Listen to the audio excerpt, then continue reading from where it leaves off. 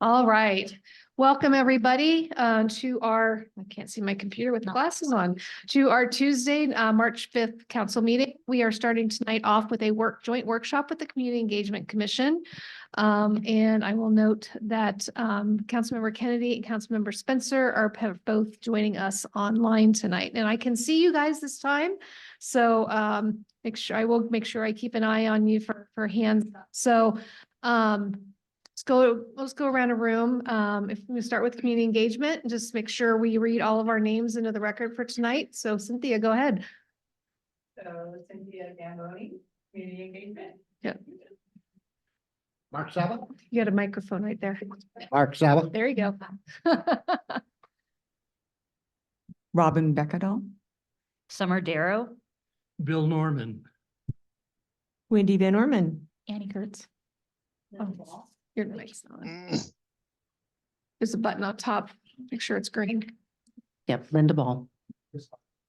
What did I just say? No. Chris Cargill. There you go. Chris Kaminskis. Dan Dunn. Jed. Jed Spencer. Mike Kennedy. All right, all present and accounted for. I know we've got a little bit of an agenda. Write it out. I think it's in here somewhere. I didn't know, Mark, are you going to kind of kick this thing off, or how are we going about this today? Sure, I can kick it off, and then we can get right into the joint workshop. So what you've got in front of you, and actually it's in the agenda packet, is what I'll call a framework, an agenda framework for the discussion. And so as you'll recall, the Community Engagement Commission had and the council had a previous workshop where there was kind of some groundwork laid and some clarifications provided. And I think the commission wanted to have another opportunity to kind of summarize some of the things that it took from that initial workshop, and then talk about going forward, how best to focus on achieving the objectives that council has for the commission. And in light of that previous conversation, maybe some opportunities to tweak that framework. And so with that, I will turn it over to Robin, and maybe Robin can add a little bit more context and clarity there and kick off the discussion. So Robin, take it away. Thank you, Mark. Good evening, Madam Mayor, council members. It's nice to be here. So if you recall, in August of 2023, we actually had our first workshop meeting with the council members. Now, since then, there's been some changes. There's been changes to the CEC. There's been some changes to the council. And so providing the context, we looked at CEC, thought about going back to looking at some of the notes that were provided that we had. And we looked at some of the themes, and a real popular theme was engage and inform, accountability, look at different demographics, youth populations. Specific projects were mentioned: transportation improvement plan, needing support, capital facilities plan, and the budget. Clarification.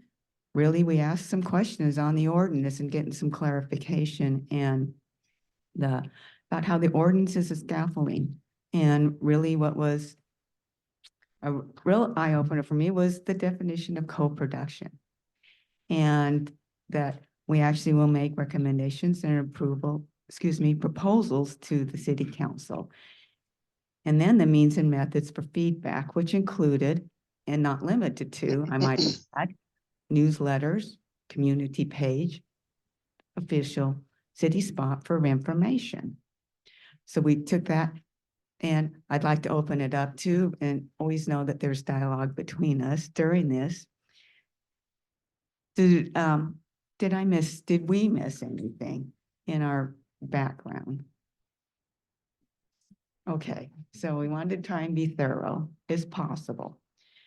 So with that, we're going to provide, it's just highlights from that meeting, and also highlights from the CEC with regards to how we've moved forward from that workshop, and also some of the areas that we can look at. between the farmer's market and handouts and frameworks. So Cynthia Gamboni, if you can talk about some of the improvements and enhancements to the farmer's market. Yeah, okay. So last year was my first year doing the farmer's market, and am I, is that It's- better? You almost have to eat it to be heard. So fun. Okay. Is this better? That's great. Okay, so, ooh, that sounds so loud. Okay. My first year at the farmer's market was last year, and we started off with going and signing up through Sign Up Genius, which worked out okay for us. I think we were able to cover most of the days at the farmer's market. I think there were a few that we didn't have covered. I also want to point out right now that our mayor was there so much, and I just felt like we are so grateful. Our community is grateful to have her there and her mass amount of knowledge that she stores in her head. That was one of the things that we started to notice when people would come up and have a question. And if we didn't have an answer, we would always look for Mayor, because she's gonna know. And I think that's pretty amazing for us. So that is what led us to start to think about, well, it's not really fun to be there and not have an answer for our community members. When they come up and they look at you and they see us as a representation of the city. And if we don't have an answer, there's a look of maybe disappointment or kind of a smile. That's usually when we would remind them that we are volunteers, and then they will look a little less disappointed. But that led us to decide that we needed to come up with some kind of a system that would allow us to be able to answer their questions, and we could communicate with each other by adding stuff to our binder where, for example, people come into the tent and they'll usually beeline it to the map if they don't know somebody or they have a specific question for Mayor. Then they'll stand there at the map for a little bit, and then they'll say, I have a question. What's going in there? And so, yes, we should know that. That would be so amazing to just be able to answer people's questions. That information is, among other information, is now going to be in our binder. So we're going to keep tabs on what's happening, what's coming in, anything that might be mentioned in the splash, just kind of current events, put them in the binder so that we can be a better resource of answers for people who have questions that come in. When they do come in, we've done things like put a questionnaire on a big old Post-it board like that, and people can come put dots on there and like tally up, like a question is like, what's your favorite event? People really seem to enjoy the tangible kind of fun little things like that. We didn't do them all the time, but they are a success when we do that. We have to plan for it, but they're fun. Let's see, something else. So water is something that we offer the animals that are there. It's not something that we've done yet, but sometimes there are some really hot days there, and we usually are pretty good about like having water for ourselves. But it's been mentioned that maybe we could consider having water available for people who come in who clearly look like they need a sip. We haven't done that yet, but it's something that we're still working on. Let's see, what else do we have? I think that's about it for us as far as like the improvements that we've done. I do know that people really love handouts there. So if we have the calendar events, sometimes those are really pretty and they're maybe kind of hard to print off and hand out, but we're always working in ways to improve. So maybe we can come up with something smaller that's maybe the next set of events for like the next 3 weeks or 2 weeks or something like that. People really love flags. So if we could encourage us to have more flags, children love them. I have 2 at home. I love them. So I like to take it with me whenever there's an event. So I think more flags is great, but and then, yeah, the calendar events and movies in the park, they'll always come and look at all the posters that are up there. So being at the farmer's market is a fantastic way to engage with the community. It's, I think, maybe our most #1 way to engage with them. And we're so lucky to have it. So that's my update on the farmer's market. So next, that's a really good segue on handouts, because Mark Saba is going to talk about handouts and displays. And the favorite one that we have And he's also going to open up and talk about a proposal to the ordinance number 277.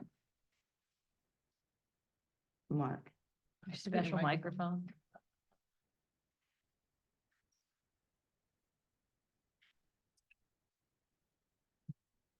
I was also.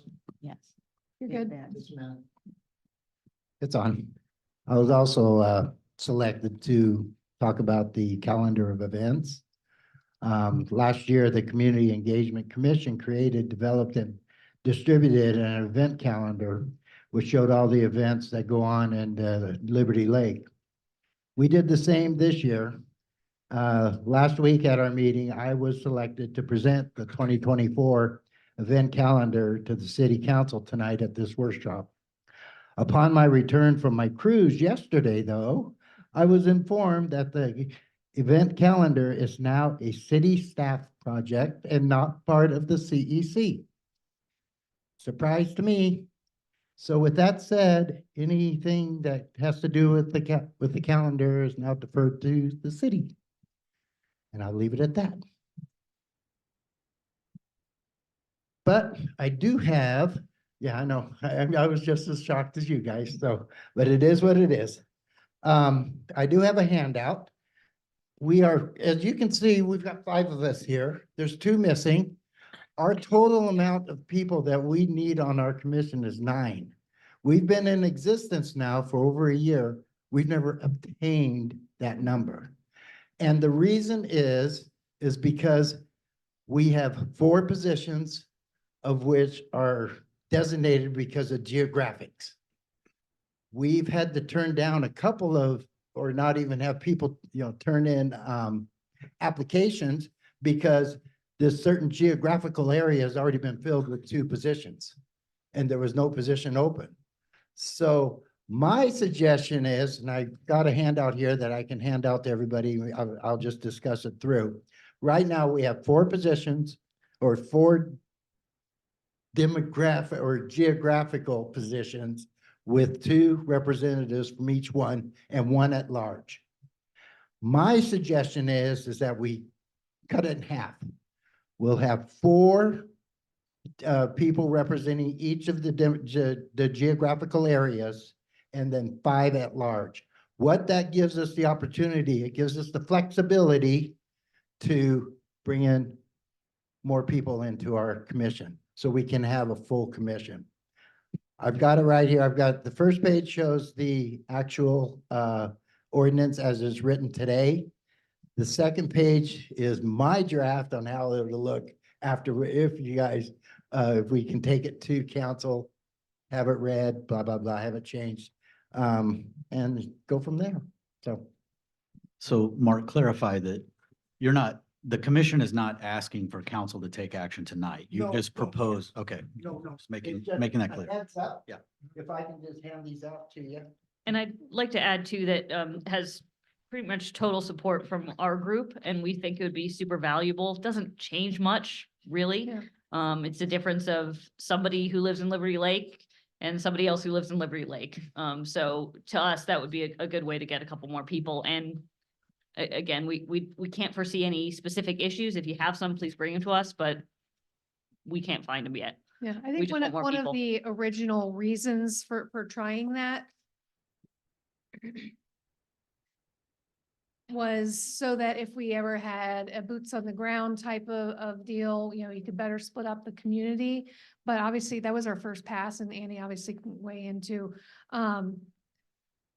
And now we have some experience behind us. So I think I would put that to the council a little bit late, to kind of head nod, or I guess if there's no objections, we can bring this back as a proposed change. I kind of see some heads nodding, so we'll take a look at that. If I can say one Yeah. thing, Mayor, the first question is probably going to come up is, what if someone in position 1 leaves the commission? Mhm. If there's no one within that position or in that area, how do we fill that? Well, the next person that does, that would be an exception to the rule to where we would probably interview within that geographic position. So that's kind of the way we're looking Yeah, at we that. can work through that, Work but. through that. But yeah. you know, like you Be said, pretty now, simple. now that we've got some experience, and I think it's still very important that we have at least one person from each of the areas that we've designated. So we have that coverage. Mhm. You know, like we just finally got, somebody from Trutina, which is fabulous. We didn't have that before. We learn as we go, and I appreciate the suggestion. Councilmember Dunn, do you have something you look like? you had? Just that one about participation. And if we have the opportunity to include more people in this activity, by all means, I'm supporting changes to get that. Thanks. Thank you. Any other questions or comments? Okay, on, I've got a question later. I'm just kind of, I think we kind of like to hear from you guys, and then if we got feedback, we can do that. okay. Thank you, Mark. And so this year, we did what we call a framework outline for projects and proposals. So Aaron Asmuth worked on this. He was unable to be here tonight. And then Bill Norman will present that to us tonight for the framework. I'm handing out for each of you a copy of our first draft of an intake form. And having that in front of you will give you a little bit of context for the things that I'll point out now. We're actually just 2 or 3 months away from having been in existence 2 years. And it's been fun. We think we've had some good successes and that we have learned a lot. One of the things we have concluded is that we really should develop a process that is uniform and accessible for receiving ideas. We believe that most of these, frankly, will originate from the city council, from city staff, and from other of the city commissions. But in fact, the people who serve on those commissions will have ideas that are stimulated by their own interactions with people in the community. So we want to be able to evaluate these from just the concept, the idea, make an informed assessment about whether pursuing this is going to move us forward in terms of our strategic plan, or will it provide us additional information that might cause us to modify in some way our strategic plan, or look at something that hadn't been high on our priority list before. So we want to be able to evaluate the ideas that come in order to then make a decision about whether we should apply resource to them. We want to be, if we do, we want to proceed with a purposeful and intentional process to meaning identifying a target audience, identifying how we reach that audience, identifying how much it would cost us to do those things, and whether or not the potential return justifies taking it a step further. We want then to be able to make us, assuming that we do proceed, our thought is that, and we have done this, we've tested it, create a smaller subcommittee of generally two, maybe 3 people on the commission to pull together the resources, to seek the approvals that we might need to apprise ourselves of the opinions that invested parties within the city might have. And then we want to be able to structure a process that will gather the information in a meaningful way so that we can then make sound database decisions that are backed up by research and less by this anecdotal sense of, well, this is important to us. And the idea always is to involve more members of our community in ways that will help them feel that they are known by the people who are serving them in city government and the city staff, and that they're familiar with those people and personalities also, so that if they are among that group, a large group who says they like the quality of life in Liberty Lake, they can also be prepared to answer the question, well, why? And if they can answer that thoughtfully, then what can we do to assure that that doesn't deteriorate over time and in fact improves? So we want to be able to say that our actions are informed. The process, as I said, will include identifying target audiences, the creation and assessment of a plan to engage that audience, and then assure statistical reliability and validity of the results that we get. So this form that you have is an example of what it might look like. And on the back of the third page, I just pasted in a little bit of a flow chart that identifies the steps that we think are there.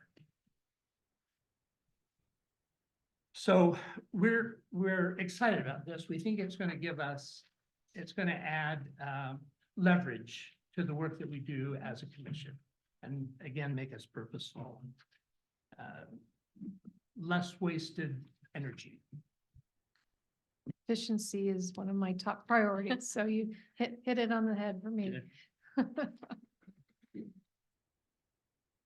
Could I add something to that? Sure. So I think when you look at what we talked about in the August 2023 meeting, there were some specific projects and it said, one of them was to provide support. I believe this came from Council Member Dunn, to provide support on projects, including the Transportation Improvement Plan. So something like that, or a project such as that we would work this out on this proposal and try and go into more, I think, uniform and I would say an easier format that we could have that run through that process. It's about a nice and a uniform, consistent process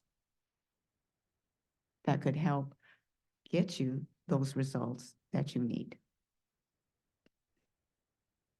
So we did not forget any of those projects that were mentioned in the August of 2023, but it was how do we do this outline or framework that could provide that type of uniformity.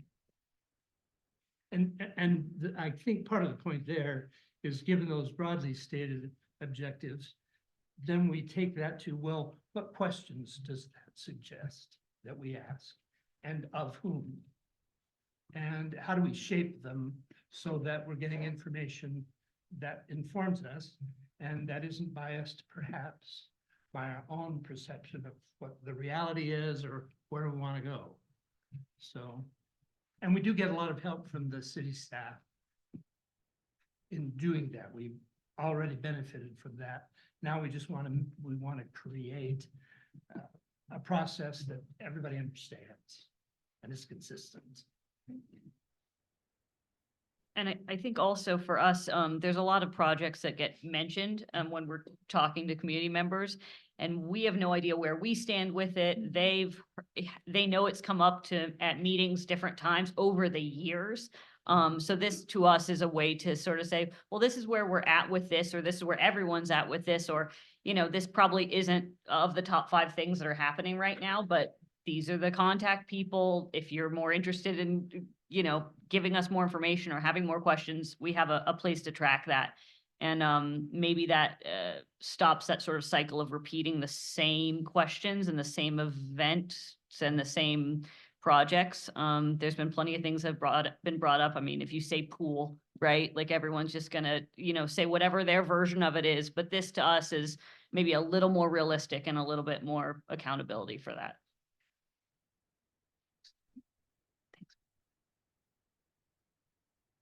So with that,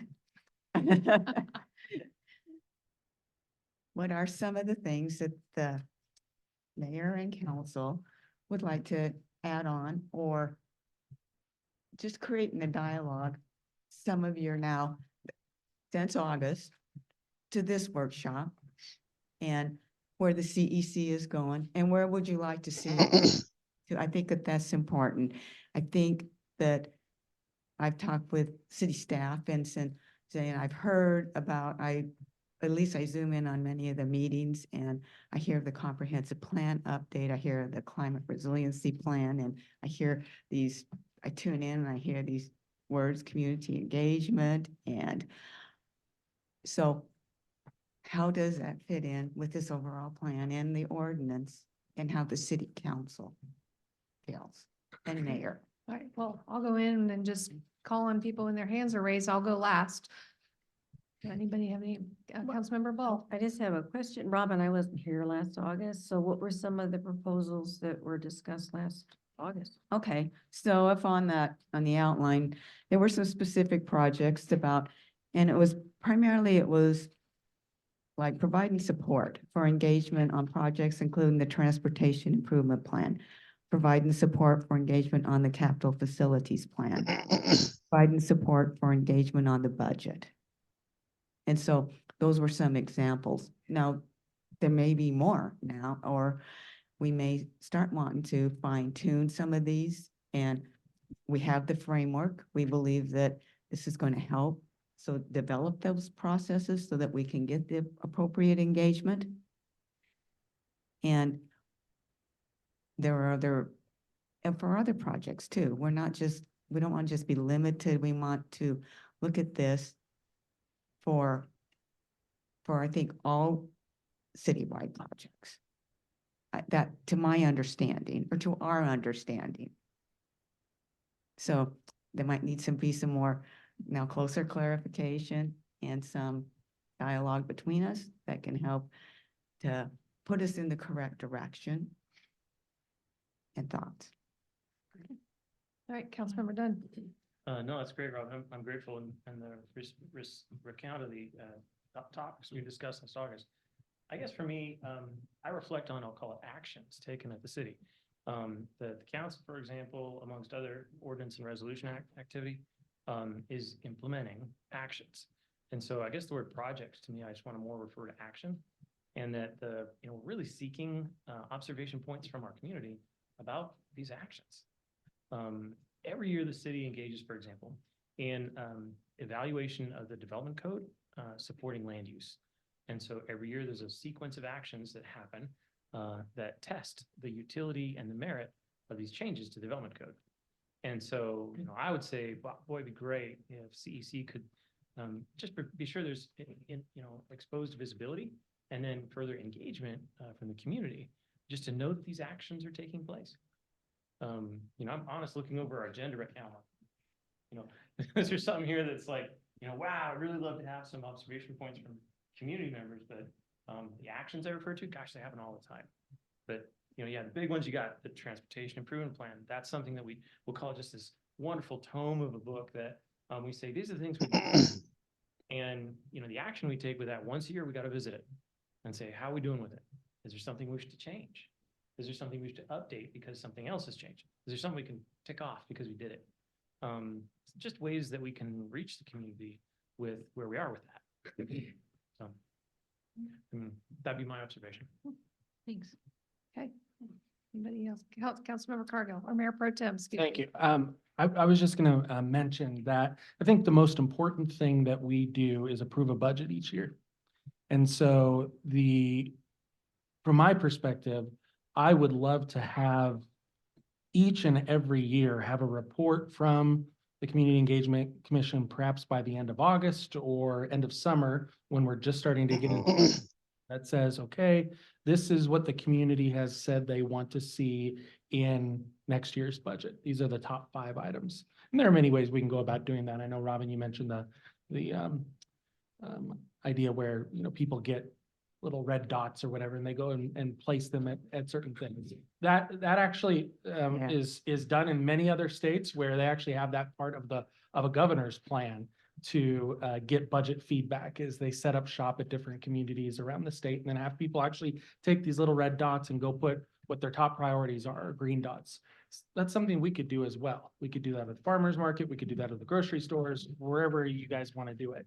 But I know from my perspective, it would be really helpful. And I think from future council members' perspectives, it would be really helpful to have a report once a year from you guys that says, okay, here are the budgeting priorities that the community has given us this year for next year.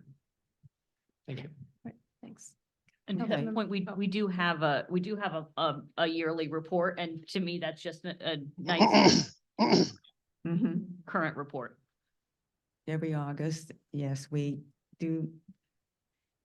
The ordinance mandates that we send in your, I agree, that would be a good Thank you. addition. Yeah. Yeah. Yeah, and that conversation would need to start earlier because we actually start the budgeting process much earlier in the year. But, we can always, we make adjustments usually up to the last minute. But, yeah. Mm-hmm. Yes. Councilmember Kurtz. To kind of go along with that, I think that you've got the unique opportunity with the farmer's market to do some of that. But I think beyond the farmer's market, because we do have a lot of people who don't live here who go to the farmer's market, and their opinion is interesting because they might attend some of the things or use some of the services that we might install. But I think one of the ideas I had when we were drafting the ordinance was, so we've got we've got an electronic platform now. We've got a way to give out surveys and get that information back and collate that and all of that.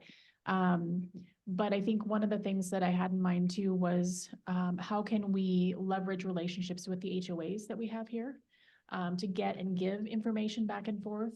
So when we're talking about Mayor Pro Tem's idea of like the dots and stuff, are there HOA meetings that we could bring those things to? Are there networks that could be established with the people that are in charge of the different HOAs to routinely get and give information so that it's not just you guys giving the information, but really the more of the community. So finding out ways to develop more partnerships in the community too, I think was one of the ideas that I was thinking about. And I do like some of the ideas that you have here.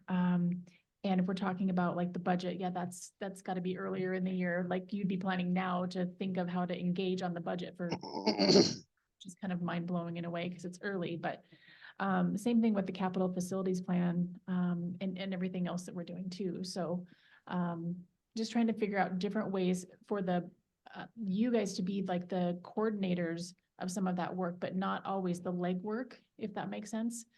Trying to figure out how you guys can engage other people in the community to help you do the work of engaging the rest of the community. Does that make sense? Mm-hmm. Councilmember Yes. Kennedy. Oh, sorry. Did you want to respond, Robin? I didn't No. mean to step on top of you. Go ahead. No, not at all. I just said that, thank you for that clarification on expectations and because it helps us to understand on that development, that networking. And it'll help us to understand how best now, when we go to the next CEC meeting, how do we do this and try and have some actionable plans for you so that when we hopefully have the next workshop meeting in October, that we have some results. That's our hope. It might be an aspirational goal though, as we try and maneuver through there. Okay. Great. Councilmember Kennedy, you're next. Thank you, Mayor. Can you hear me? Yes. Okay, great. It's great to see you guys coming forward on this. It's an excellent workshop. The recommendations, suggestions, I think are spot on. One of the things that I think that you did bring up is absolutely imperative, and I think the sooner the council can address this, even to the point of maybe put it on our agenda for the 19th, is to address the qualifications or what areas of the city you'll have representation. If we have 4 vacancies, if we can fill those, we'll always have individuals who are very qualified, want to volunteer. So I think it's a great idea if you want to have the 4 principal areas and then open it up where you might have 1 or 2 or even 3 that is in an area, because what it should come down to is, are they qualified to be able to be involved and continue to be involved? So I think that's a great recommendation. I hope the council does put that on the agenda for the 19th. The other thing comes up is that it took a long time and it was quite a struggle to get the CEC. It started several years ago, many years ago, and then it just slowly took a long time to get everybody on board with this. But one of the things that kept coming up at the time was, is this creating duplication for staff? If we allow other groups to get involved in everything, does it slow down the system? So my question would be to Mark, administrator, do we have the staff to be able to have these different groups involved and be productive. I think they can be productive if we approach it with that. So my question to Mark is, Mark, do you feel that you do have the staff? Because one of the holdups, it took us months, was are we going to have staff to be able to work for these folks? So to address that, thus far, there's been no issue with staff capacity. And so to draw an example from the portion of the update that Bill provided, one of the, and I'll call it a test case for the framework, is the current community engagement survey or community satisfaction survey that's happening now. The commission created a committee to follow this process to test the case. And so we're in the midst of that right now. So once we get to the end of it and have results, we'll be able to come back and kind of evaluate it against this framework and tweak anything that may need to be tweaked. But to further answer the question, Councilmember Kennedy, in that endeavor, you had staff working on that. You had the committee that the commission formed, and Cynthia, who's here tonight, did the initial legwork to get that off the ground, making the contact mailing service and finding out what our options were and how we would kind of schedule these things. And so that relationship has always been there and will continue to be there. And you'll have turnover on the commission and you'll have turnover amongst staff. But in terms of having those connection points and especially with the framework in place, I don't see staff capacity being an issue at all. Excellent. Well, I think the question has been answered. I do appreciate that. And I think the benefit to the answer to the question as we move forward, I can't imagine that any of the council is going to come up with challenges of working together on this. I just can't imagine that would be brought up in the future. Thanks for your candidness. Thank you. All right. Let me make sure I got it. So we haven't heard from Councilmember Van Orman or Spencer. I'd love to. Okay. Every time I think about the Community Engagement Committee, I think, yes, we've got somebody feet on the ground and able to talk to the community and find out what their needs are. The biggest thing is here in Liberty Lake, we've become this wonderful, huge melting pot of demographics, whether you're young or you're young at heart. We need to know, are we fulfilling all those wishes, all those needs? You know, as we're looking at Trutina and all the specific neighborhoods that we have within the city, are we making our mark? And are we making sure that we've got kiosks that have the pertinent information in them so they know when the upcoming events are coming and so forth? And I know a lot of that is our staff is doing it, but I know a lot of that energy and information is coming from you. So is there anything that came up at the farmer's market that you want to share with us since August? I mean, you guys had a lot of conversations, I'm sure. I'm going to point that out. I know that all of us have been at the farmer's market, and so we've always heard different, I guess, comments or things that people say. I can say that as far as the demographics, and I think that that's was mentioned before in the August 2023 meeting, that the more displays and the things that we have that can attract different demographics, different perspectives, different, you know, beyond that goes the same 50 people that come there, then we engage in conversations with them. I've had one, and this was a particular time when I was out there and Mayor Chris was out there, and maybe she remembers, and it was two very, they were like in 5th and 7th grade, best friends, and they wanted a sledding hill. And I said, would you like to talk to the mayor about that? I said, she was busy. And they said, we can wait. I said, okay, wait over there. And then as soon as she was finished with the people, the clients that she was talking to, I motioned for them to come and they talked to her. So that's something that 5th and 7th grader would like to talk and learn and just talk about like a sledding hill. So that was just one of my remembrances. I'm going to look over to Mark and Cynthia because both of you are out there quite often too at the farmer's market and looking at other, such as Councilmember Van Orman said, different perspectives, different demographics. And if maybe you could have an example. I don't know. I just like being out there, I know we use this word a lot, engage with the community. And I mean, just to be out there and, answering their questions, being informative. I found out this year that I knew more than I really knew, but I learned by, attending city council meetings and, getting the information that, and being able to answer the questions. At the beginning of the year, I got to tell you, it was like, well, we'll defer to council member Solberg at that time. He was out there, or we'll defer to wait, you got to ask the mayor. But as time went, we got educated and we were able to say, okay, yeah, we know what's happening with Kramer. We know what's happening out at Orchard. We know what's happening. And it was very fulfilling that, and I think this baby is going to be really helpful this year because we'll have a reference now. If we don't have the answer, guess what? Just a minute, let me find it, and we will be able to. But in the past, it was always, we put everybody on hold for a while until we get that answer.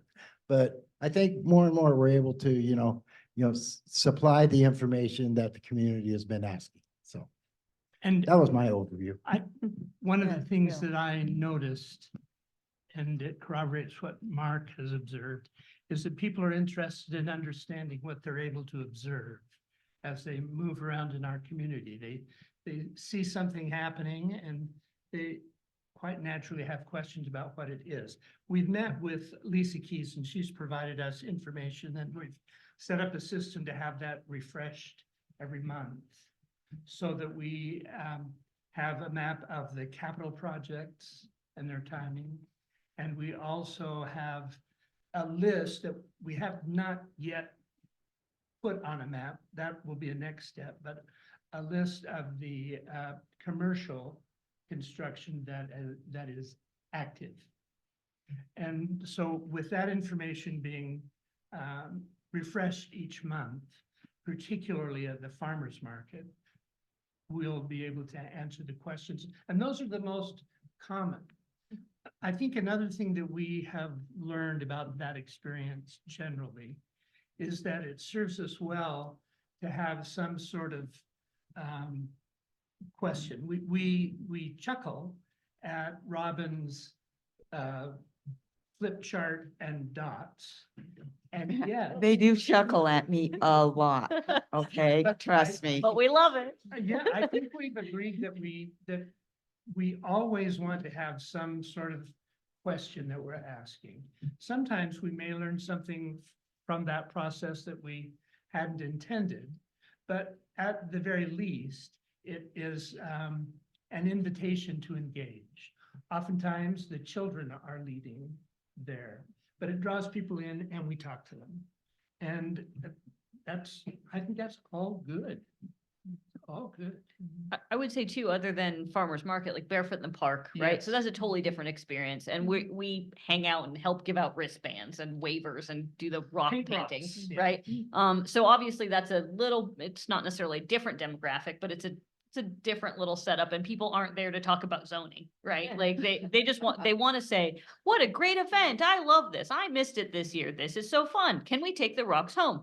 And that stuff, like anecdotally, we walk away saying, hey, this is a valuable event. When it comes up again, we're here to say, this is who was there. This is the fun stuff that happened. And hopefully that kind of, balances out the other stuff too. So, it's great. And we get, it just depends where we are, right? Depends what that is. But the more talking points we have and the more familiar we are with stuff, I think that's just another way for us to talk to people, and anything you guys have that we can bring out at those times, we're happy to do, because we get weird questions. I mean, but a lot of them are real. Where do I go? What do I do? When does this happen? When's the yard sale? So. So, all right, so I'm gonna check in with Councilmember Spencer real quick since he hasn't had a chance to speak. And then we have a couple repeats, and I want to give myself a couple minutes at the end because I've got a couple questions. Councilmember Spencer, did you have? Thank you, something? Mayor. Yeah. You guys can hear me okay? Yes. Perfect. So yeah, first of all, I appreciate all of the work you guys are doing on this commission. I can foresee myself when I'm not on the council, if I'm going to be involved with a commission, it's probably going to be that one. So I really enjoy the results you guys are producing and the ideas you guys are coming up with. I love the idea of having that quick, cheat sheet folder available. I'd like to have that available for myself. I am constantly being asked, hey, what's going in, over across the freeway or, whatever. And a lot of times my answer is, well, they approved that before I was even on the council. So I'll look that up for you, so I love that idea. Let's see here. Mark, for the update to the ordinance, to make sure that we can, fill all the seats. I think that's great as long as we, have at least those minimum numbers for the different areas covered. Bill, I'm really excited to see that sample form and the flow chart and how it can bring us some meaningful information. That's been my concern all along is, how do we ensure that we are getting a good representation of the community before we make actions, take action on that information. And Councilwoman Kurtz, I love the idea of engaging the HOAs for information, figure out how we can talk to them and even perhaps spoon feed the forms that with the information that we're hoping to collect, but they've got access to those homeowners and we'd love to get that information from those HOAs. So I think that's really important. So again, I appreciate all the work you guys are doing. Great. We're going to jump to Councilmember Cargill and then to Councilmember Kennedy. If you could do me a favor and keep it a little bit shorter. I will 'cause I've keep it got a short. Couple extra. Just two ideas for the future. One is, and I know a long time ago, I can't remember the year, and maybe the mayor can remind me, we had the council go out in the community and do council meetings at parks sometime over the summer. Do you remember that? We talked about it, but I don't think talked it about it, ever okay. happened. That was one of the things I was going to bring up. Okay, so that might be something over the summer that you guys could help us organize, is getting us out of, as nice as this building is. Some people don't want to come down to City Hall and in the room when it's 85 degrees outside and they'd rather be at the park. So perhaps we could do a council meeting, one in June at Rocky Hill and one in July at Pavilion, and then maybe one in August at Orchard Park or something like that. So that's just an idea. And if not that, because obviously that takes a lot of coordination and cameras and audio and all that stuff. Perhaps it's just a couple of council members that would be involved with going to the different parks and doing a Q&A with the community if they wanted to show up. The other thing I think would be really fun for the community is to do something, and I know we do the Liberty Lake, I think it's called the Deep Dive Podcast, but it would be good to do also perhaps a video version of that. And maybe the Community Engagement Commission is the one that does it each week, or maybe every other week, where they are the host, they're the moderator. And maybe one week you interview the mayor, and then maybe the next week it's one of the council members, and then maybe the next week it's Mark or whoever. So you could come up with a really fun name for that, I think. And yeah. I saw Councilman Cargill, we actually have that on our budget, and Oh, great. we have X number that we budgeted, and we just put video. And, Yeah. I remember mentioning that, and I know historical videos are sometimes very popular, but Sure. I like that idea and so we may contact you next Yeah, time, because absolutely. we are. Well, and the nice looking thing, what you to could do. do it in this room too, and the cameras are already in this room. So you Mhm. basically would just need someone to come and push the buttons. Thank you. Okay, Councilmember Kennedy, real quick. Thank you, Mayor. Yeah, just one question for clarification. You might have covered this and I just missed it. Under workshop presentation highlights from the CEC, enhancements to the farmer's market post. Did you already express some ideas there? What was that? Yes, I can answer that. In the very beginning, I kind of mentioned things like enhancements include the binder. Oh, very good. Okay, Yep. thank you. Mhm. And then Excellent. And then Mark Saba had, well, no, I guess not. I was thinking that the handout for the community, the calendar of events. All right, so I just gonna. Thank you. Since we're running short on time, it's 6:49. I'll speak quickly. So love this group interaction. Thank you so much for being here on one of your off nights. So kind of jumping off a little bit of what Mayor Pro Tem was saying, you know, we've been talking community engagement, you know, since way before, you know, I started doing this in January 2010. And we've had ideas over the years and just nothing seems to move forward. And Councilmember Kennedy and I, several years ago, before COVID, had gone to 2 years worth of meetings with an organization called Transforming Local Governments.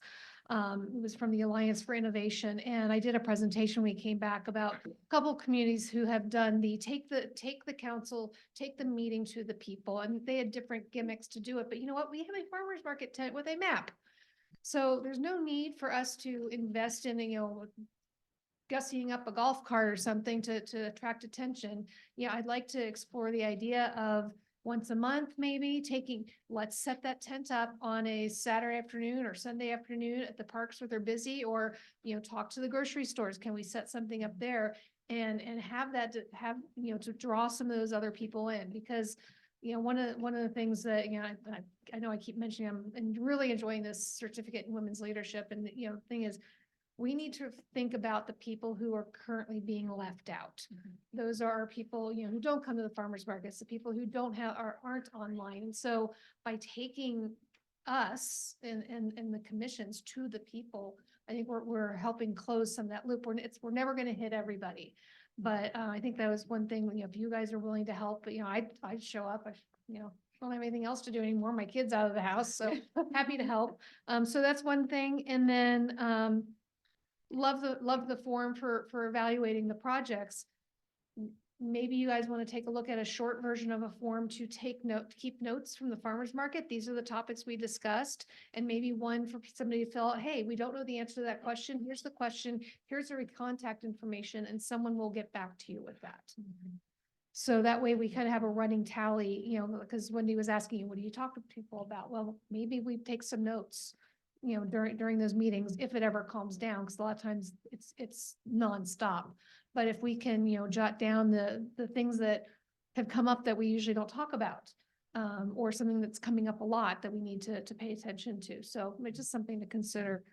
And I think that's all I've got. Unless anybody else has anything. It is 6:52. Oh, go ahead, council members. Super quick, but along the lines of what the mayor was just saying, like coming up with the answers to the questions. Maybe you guys would have something that's like last week's questions posted up there so that everybody could see what people were asking last week and have that information. That might be something that you could put up with the map as well. Yeah, that is a great idea. I think that also encourages people to ask more questions. Right. Yeah, I think that there's- monthly outside of the farmer's market Mhm. idea is awesome. I mean, I even think take we it to might, the golf we gotta courses. talk. That would be awesome. All right, let's. another way let's work. give communication to the community. Yeah. Exactly.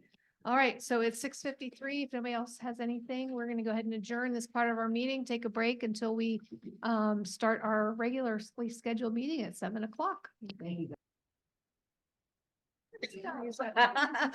Meetings added to my list. okay. Thank you. I gotta summons. Kill more trees. It's a spoken, it's a St. Patrick's Day. Sorry. So who does the same thing, right? Oh. I saw your email about. Yeah. Okay. No, no. I'm Okay, but- sorry, No. Mel. Who sent you the email? Can we ask Who sent the email? questions even if it's not in general business? No? Are we about ready? Oh, yeah.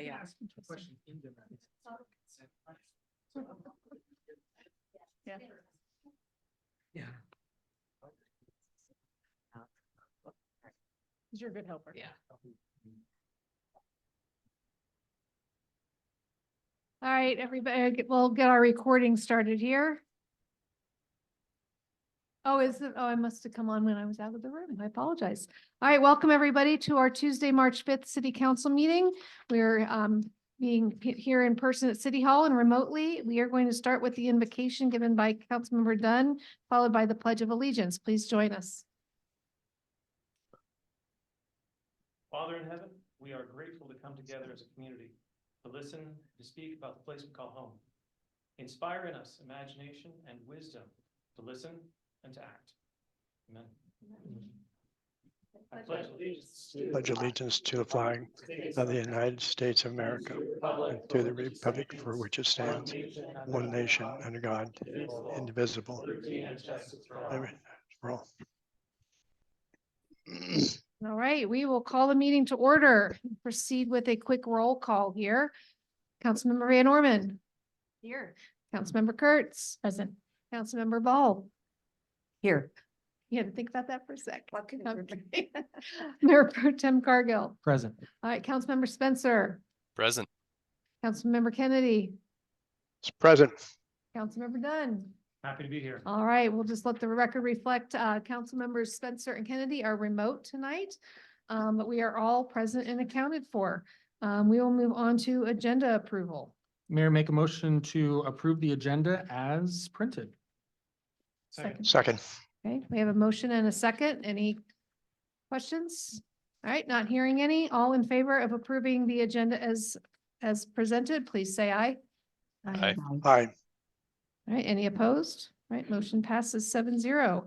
All right, we are already up to citizen comments. So just a reminder for everybody, if you're online, if you'd like to make a citizen comment, please shoot a note to our meeting host, and after the in-person ones, I will get in touch and find out who those people are. Citizen comments are limited to 3 minutes. It is comments only. There's no back and forth, but if we do need to follow up with you on something, we'll make sure we have your contact information to do so. And if you are here in chambers and you want to speak and you haven't already, we have these little yellow half sheets by the front door. So as always, we do request that any comments try to be as respectful as possible. We absolutely encourage participation from our citizens. So we're glad for anybody who can join us. So up first tonight, we have DG Garcia.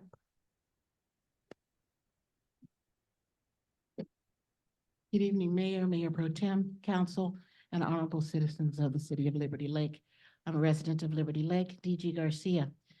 I was not at the last meeting, so to see this agenda, I was jumping for joy. Item 9A and B. Proposed Transparency Act. That's a beautiful thing. But it seems to me a little bit like the Declaration of Independence, and I hope it's not. I hope we get there, where they talk about the pursuit of happiness, where you pursue happiness. It's not something you're promised. It's not something you're given. It's something you pursue. So I hope a proposed Transparency Act is not something that's simply proposed and never happens. I'm hoping it happens. As well as the City Council committees and rules and procedures. I'd also like to recommend that you have a commission on ethics, because ethics are so easily broken when there are no teeth in any other notice to hold governments accountable. I'm excited. I really am excited. And I'm going to put my name in the hat right now, even though you haven't asked me to. If there's a committee on either of these coming up, I'd love to be on one. Thank you very much for your consideration. Thank you. All right, is there anybody else here in chambers, or is there anybody online? Nobody, no comments from the general public online? Okay, not hearing any. Just a reminder, we will have another opportunity for citizen comments at the end of the meeting.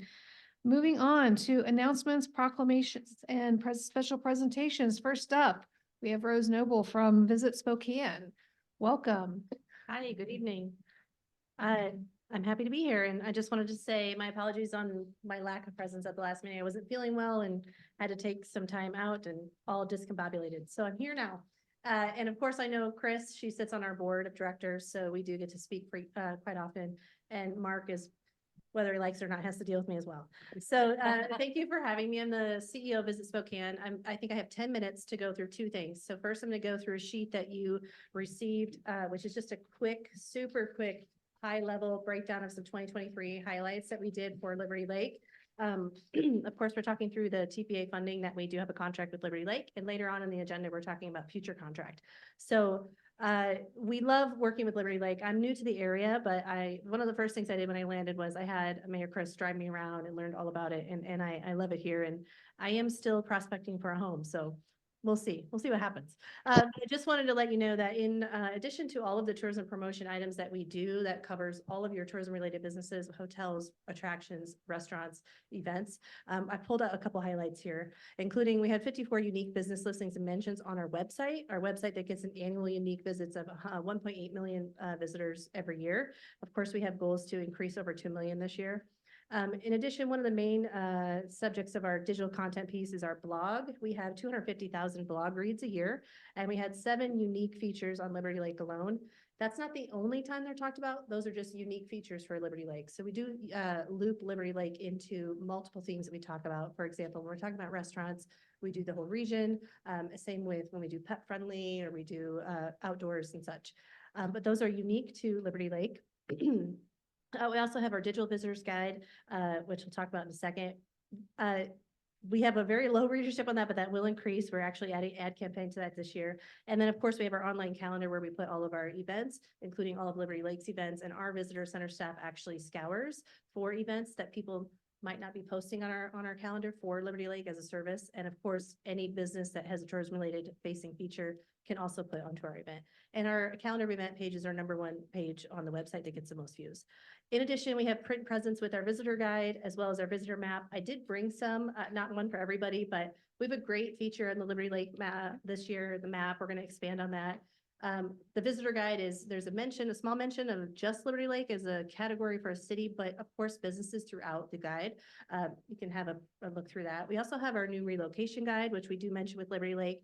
This is going to get a new cover next year, but not new insides. New insides will come in 2025. I'm sorry, next year, meaning this year. 2025 will get new insides and a new cover, and we will expand on Liberty Lake. And then new this year is in our partnership with the Inlander. We have our Merry and Magical Guide, and we changed it up this year. This is the first guide I've been able to be a part of. And this is all itinerary based. So we do have Liberty Lake mentioned in some itineraries. And I did bring enough copies for every one of you to look through this. We know holidays are a big deal here in Liberty Lake, so we wanted to talk about that.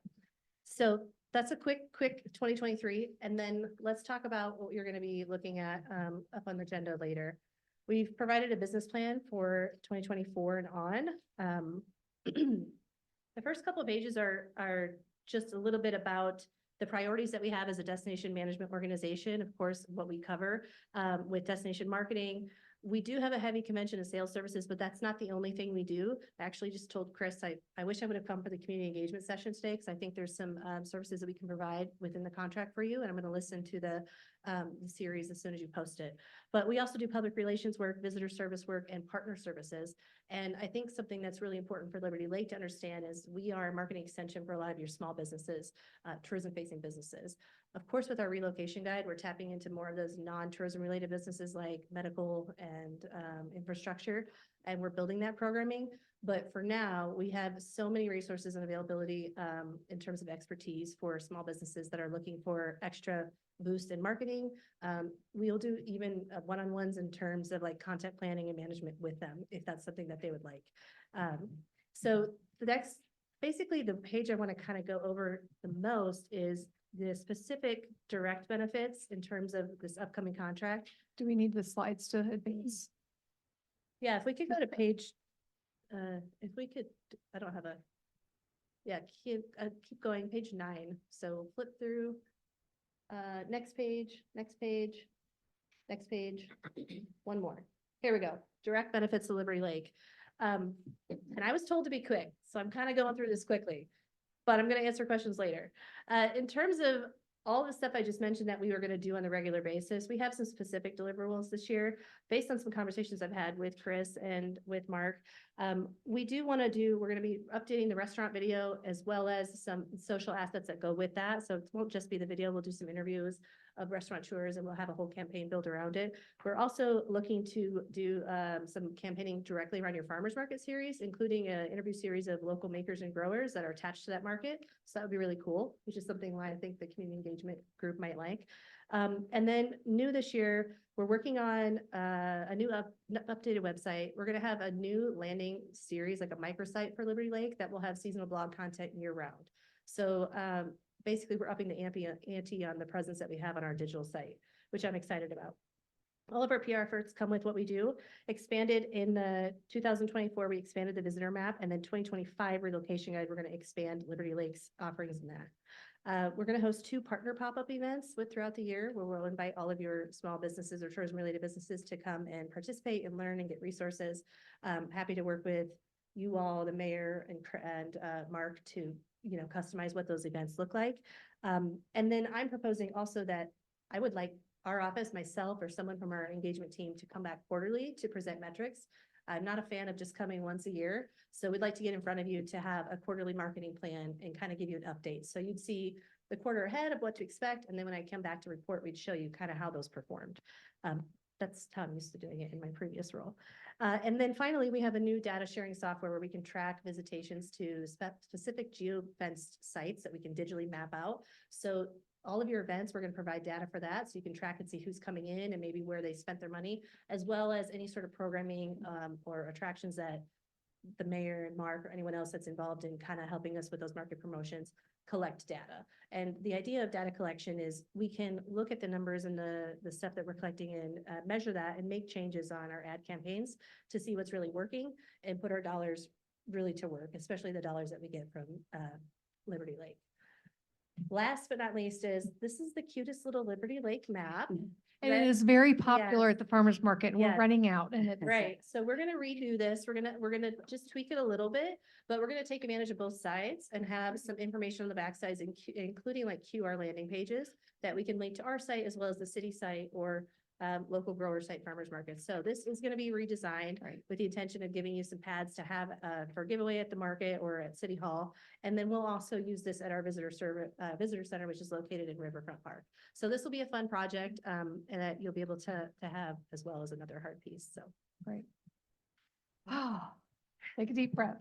Well, I will say, I get boxes and boxes every year of the visitor guide and the annual manual and the map and everything. So that's one thing we give out on a very regular basis to our visitors at the farmer's market. And I tell everybody, like I've been here almost 18 years and I get it every year because there's always new information.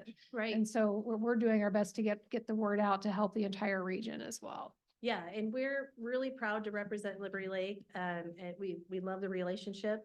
And, we're totally open to that dialogue too of customizing specific content. So we've asked in the past, what are specific needs? We have ideas and we have research and stuff that we can pull, but always happy to meet with you. And I think those quarterly in-person types of meetings, and again, Chris, as you on our board, we can begin to tweak some of the stuff that we're creating to make it really specific for what you're looking for from us. And in terms of hotel business, which we do collect the TPA from, most of the hotel services in Liberty Lake are gonna see from us when we have our citywide conventions, they're gonna be overflow. So we don't have a super specific sales strategy for select service leisure hotels. It's harder to collect data, but it is in the plan as much as we can. And you do see business from those citywides. We actually have 14 citywides on the book for next year. So we're excited about that, and we're always looking to increase the amount of citywides that we have that come to convention. But beyond that, the leisure aspect of Liberty Lake is really what comes to play when we talk about what to do and see in the Spokane region. Okay, great. Does anybody have any questions for Rose? All right, first we've got Councilmember Dunn, then we've got Councilmember Van Orman. Great for the presentation and the introduction, and would definitely welcome quarterly reporting if the schedule allows. Yes, Thanks. yes, absolutely. All right, Councilmember Van Orman. Yes, love that. And definitely I sit on the lodging tax. Okay. So one Yeah. of the things that we're most asked, one of the things was most asked is about the hotels within the community and how we kind of advertise for them because they ultimately are the ones that are generating the funds. Yeah, we do advertise them. We do have them. They do have listings. We do include them in our where to stay. Every itinerary that we have, we mention a place to stay. So when we're doing an itinerary base that includes Liberty Lake, that would be a mention. It's different than a convention center hotel that has enough space to host large groups and contracts. However, we still do represent and sell the smaller hotels as well. So, and something that in our partner with GSI, who's going to present after me, you know, we've had talks also with GSI and how they sell the region and how they bring new business. So we're always looking at, are there opportunities for new hotels? Are there opportunities for new tourism related experiences, maybe attached to hotels? And placemaking around hotels that make it to be where larger groups do want to stay. So it's definitely a focus. It's, to be honest, it's a little bit harder with smaller hotels, but we do our best to advertise and get them business as well. Maybe even a tweak on your map. Yeah, for sure. Yeah, good call. That'd be great. Next, I've got Councilmember Spencer on, she's joining us remotely. Thank you. And this might be a good segue from the last question. With the expansion of the hub, how do you foresee kind of partnering with them and with the city to promote the different events that are going to start coming in? I think inherently we're going to see a lot more hotel stays just because people want to be close to the event. But what are your thoughts? Yeah, I love the hub, love Phil. I've had some great conversations with him on how we're going to strategically partner. We're going to do some with Visit Spokane dollars, some sponsorship stuff in terms of youth programming to make sure that we're helping towards their mission. I think that the hub is one of those ones that will bring groups in. So for sure, helping with advertising. And also I sit on the board of Washington State Tourism as well as my friend Gary here. Give a shout outs to, and they have some grant opportunities for sport incentives. So I've already been in communication with Phil about that as well. So we see them as a strategic partner, think that their mission is great, see it as an opportunity for Liberty Lake and the Valley, and happy to work with them. So. Awesome. Thank you. Yeah. All right. Anybody else? I don't see any other hands. All right. Well, we appreciate the presentation. Yeah, and I'm gonna be sticking around too, so when you have that Perfect. other agenda item. All right, Great. thank you. Thank you. Thanks for joining us. Appreciate it. Next up, Gary Ballou, GSI. Welcome. Thank you, Mayor. Glad members you're of council. feeling better too. Yes, I was also ill. I had COVID, so I've decided probably be better not to come. Thank you. And share that with everybody. So thank you for having me here tonight. I really appreciate it. We do have our 2024 agreement later on the agenda, but what I wanted to do was run through our accomplishments in 2023, primarily around my department, the Economic Development and Growth side. So we are going to run through this pretty quick and see if I can hit that 10 minutes spot as well. So next slide. So we talk about who we are, and next slide. And we also talk about what we do, but I think it's also important to mention where we are. So a lot of people think of us as a Spokane-centric organization. We are the Associate Development Organization for Spokane County. That's the state's way of saying Economic Development Organization. We also cover for our talent team on Career Connected Learning, a 5-county region.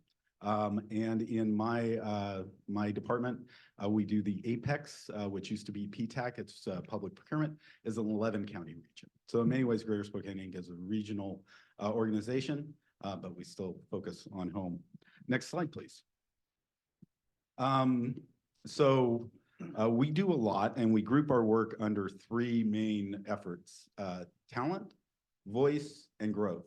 So on the talent side, it was really great this year. We filled out our talent team, which has been the first time since my tenure at GSI that we've had a full talent group. And that has been 3.5 years. So we hired Aaron as the VP of talent, and Rebecca. And then if you haven't had a chance to meet Matthews, the gentleman in the middle, he is a force of nature. One, he is a very large gentleman.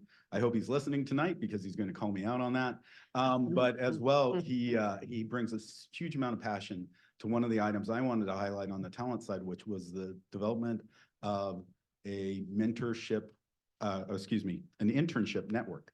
So that's really for businesses who are looking to have an intern, to connect with businesses who already use interns, and then to connect them both with the educational opportunities who are trying to get interns out into the system. And he's been diligently working on that, and that's really starting to build up. Next slide, please. Then we have our Greater Voice, which is Jake Mason, our public policy person. So it's Jake leads a team of 2 lobbyists, but we are also using interns coming out of like Gonzaga, the high schools, to do work around public policy as well, primarily on the research side. The item I'd like to highlight here would be the Nurse Compact, which passed the Nurse Licensure Compact, which meant if you're a nurse licensed in another state who is part of this compact, you can come to Washington State and work. That was a 20-year effort to get that passed, and that passed this year. Certainly there's a lot of people who carry a lot of water, but a shout out to Jake because he carried really big buckets. Next slide.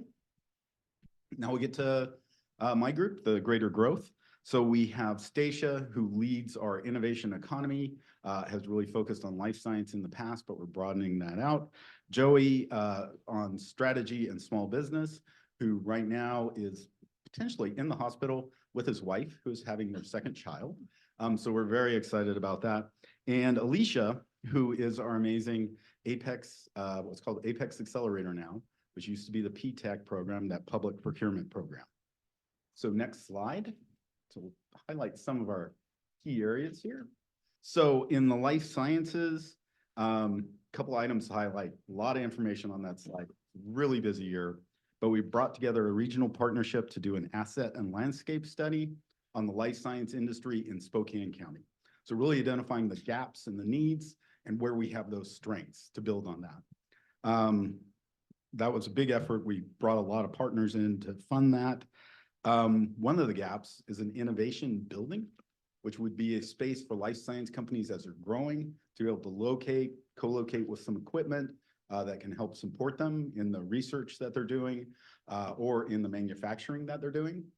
So we got a $200,000 grant in partnership with Evergreen Bio, which is an organization we started and spun out in 2023. So they're now an independent organization, their own 501c3, but we still partner together. And in that partnering together, we also received another $300,000 grant to continue the Evergreen Bio, and that came through us from Washington State. But they are also starting to increase their membership, so they are generating their own funds to do the work. All right, next slide. We're going to talk Thrive Spokane. So communities to get Economic Development Administration funds have to have their project listed in what is called the Comprehensive Economic Development Strategy, or CEDS. The CEDS is developed, since it's feds, we got to have acronyms, by the EDD, which is the Economic Development District. Thing is, Spokane County does not have an Economic Development District. That's not totally rare. So Greater Spokane Inc. develops the CEDS. We're the keeper of it. And the last effort to put the CEDS together was Thrive Spokane, which is now about to celebrate its 2-year anniversary. So there is there's 70 different organizations that are working on goals that are laid out in Thrive Spokane. And then when we do our letters of support, so often community partners will come to us and say, hey, can you provide a letter of support? We'll do that, and often we'll tie that work into the CEDS and say, yes, this work is being done, and here is where it's part of our comprehensive economic development strategy. So it's showing how the region grows and how separate pieces and parts of it are playing a role in that growth. Next slide. We have our Apex Accelerator program. So this is Alicia. 2023, she had 80 clients who received over $106 million in contracts. Those are not just federal contracts, which is, well, a lot of what she does. So the federal government actually pays us money because they want to work with small business. They also realize they're a pain in the tuchus to work with, so they fund organizations like ours to provide support services. But it's not just federal, it's also state grants, local government, state contracts, local government contracts, as well as any institutional buyers, so large private sector buyers. Example, we also helped with certification. So we had a woman-owned concrete business that wasn't able to get some contracts because they weren't certified as a woman-owned business. And becoming certified, you think would be a relatively easy process. It is not. She had tried several times, not succeeded, worked with Alicia, got her certification, and now is part of those businesses who are part of that $106 million in contracts. Next slide. Under our business retention expansion effort, so we met with over 300 businesses. This is a target approach in economic development. So most 80% of communities' growth will come from their existing businesses. So we try to go out and meet with our existing businesses and ask them some questions to try to identify if they're looking to grow, if they're potentially having issues, how can we assist them, how can we help them? The item I was going to highlight here is we also act as the primary agent for the State Department of Commerce on business grants. So in this case, the Evergreen Manufacturing Growth Grant, which are intended to help manufacturing businesses grow in Washington State and meet the state's target for increasing the manufacturing industry in Washington State. That application program ran through GSI as the ADO. The timeline was incredibly tight, but we could only put forward one business and one alternate out of, there's 4,000 manufacturing businesses in Spokane County. So that was a big process. Next slide. So this is our numbers for our Advantage Spokane newsletter. We send this out. It's news articles from around the region, highlighting some of the economic development wins and challenges as well. It goes out to a group of over 2,500 site selectors, which are commercial real estate agents that help businesses who are looking to expand.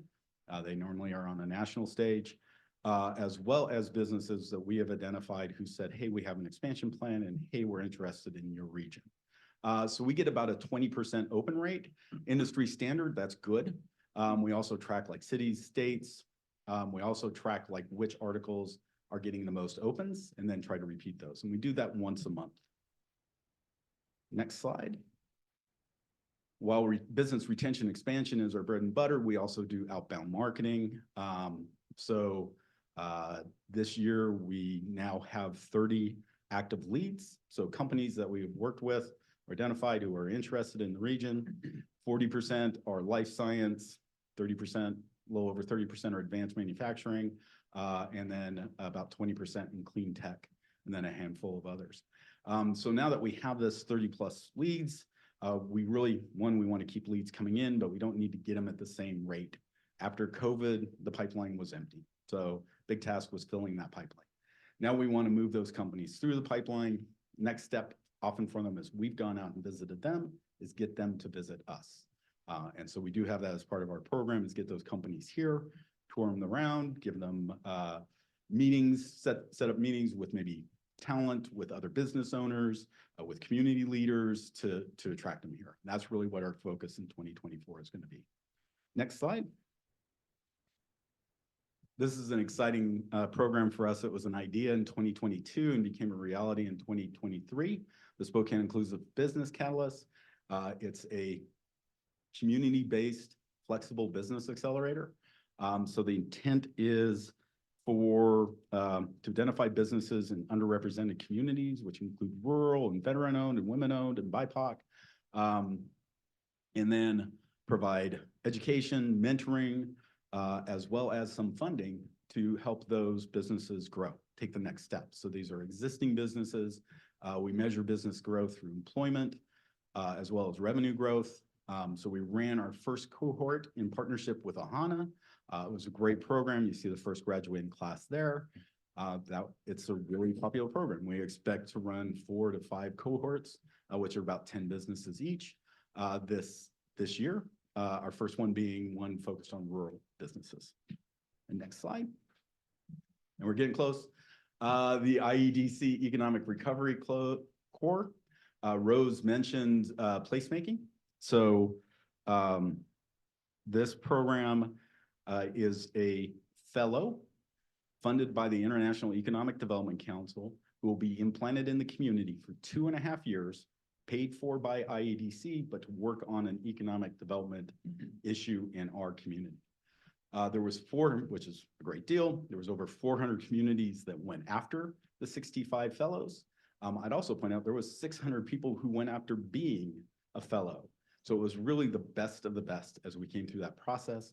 We were successful. We did work in partnership with Coeur d'Alene on this. So we will share this fellow over the next 2.5 years, who will be working on growing the creative economy in all the communities in the region, whether they be rural, suburban, or urban.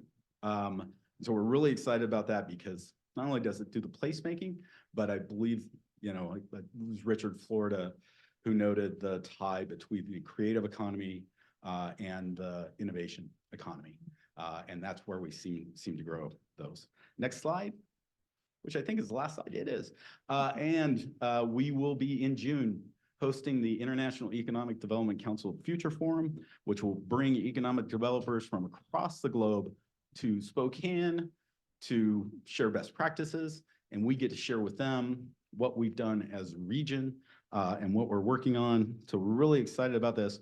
We will be the smallest, or one of the smallest communities to ever host an IEDC event. And in my 28 years as an economic developer, this is the first time one will be held in the Pacific Northwest. The closest have been Anchorage, Calgary, and probably Phoenix, which are not in the Pacific Northwest. So, well, maybe Anchorage, still, it's a hike. Last slide is just our events for 2024.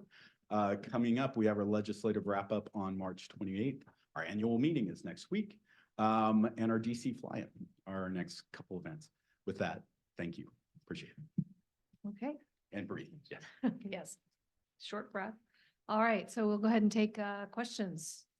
Anybody want to go, Council Mayor Pro Tem? Gary, thanks for Yeah. being here.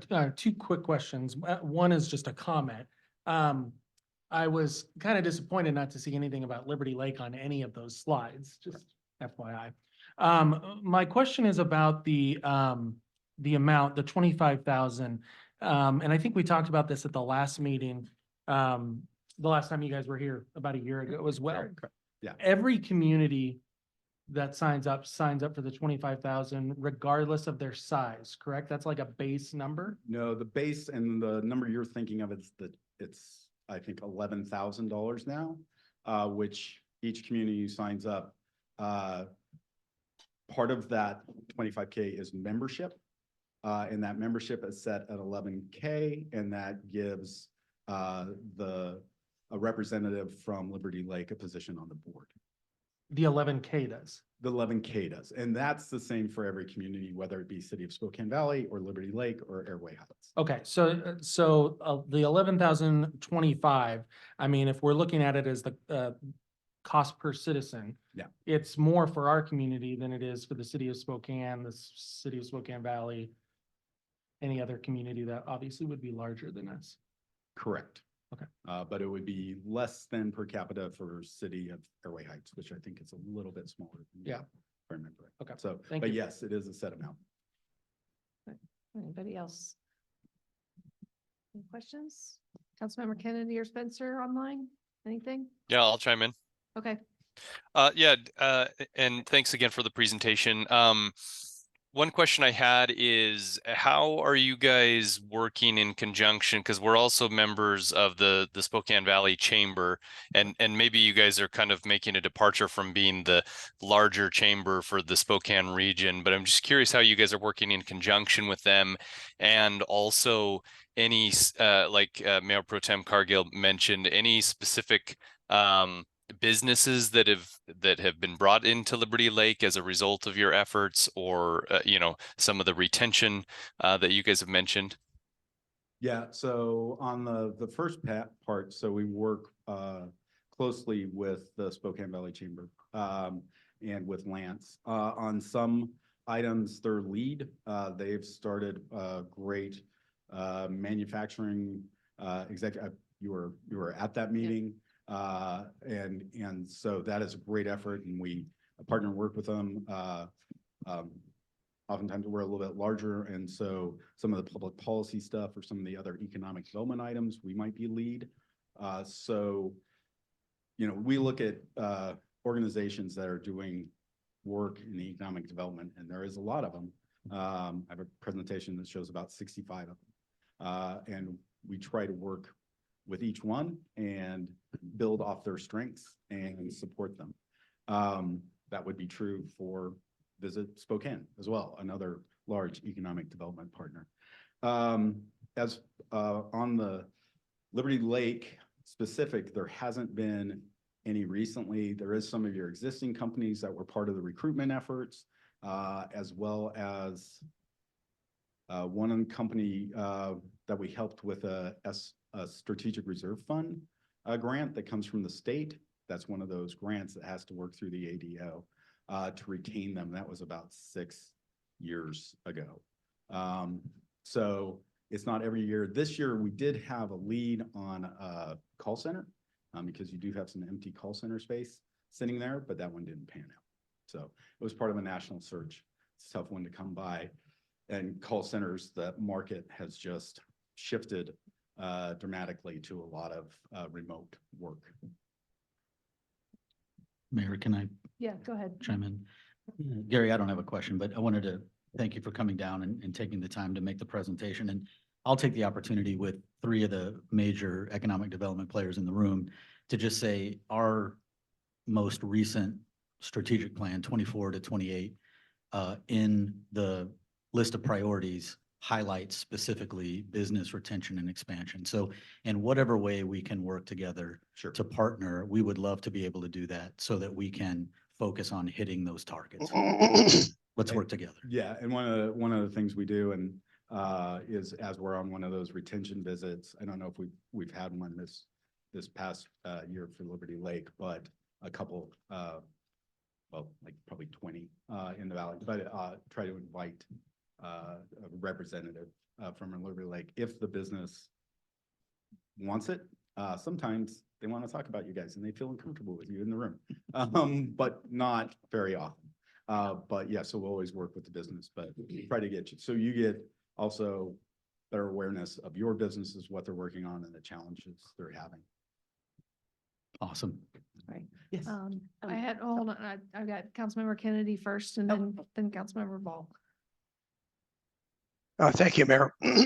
Excellent presentation. Always you have a lot of information. I'm always amazed how much you guys are involved with and the success that you can have. This has been an issue in the past when this has come up. And let me ask this question, that $11,025 in the past, I know there was a certain dollar amount that was tied to the population. Is that gone away and they're just using a flat $11,025 for each city? No, so the membership has never been tied to the population. Your contract to do economic development work is tied to population. So there's a number, I don't have the contract in front of me. The largest number is that contract to do economic development work. It's based on population. So it would be, you know, the city of Spokane Valley pays more, larger population, Liberty Lake, it's at their amount, and then Airway Heights is less. So it's 50 cents per capita, I think is the number. So, so that would be the main part of the contract, but it does include a membership that is a fixed membership. This gets, you know, this certain level within the organization. So thank you for that explanation. So if I understand correctly, economic development partnership service for $6,575, that's based on 50 cents per resident or population? Yes. So so our neighbor they're 10 times larger than us. So do you know offhand what they're paying? They are not up to that level, but they are paying more. And I can check the contract and get that information back to you. I do appreciate that. And once you reach, oh, go ahead. Okay. No, please continue. So once you reach the 50 cent level, the way that the contract was developed, then there is additional services. So one of those is the market analysis that we look at for your existing businesses.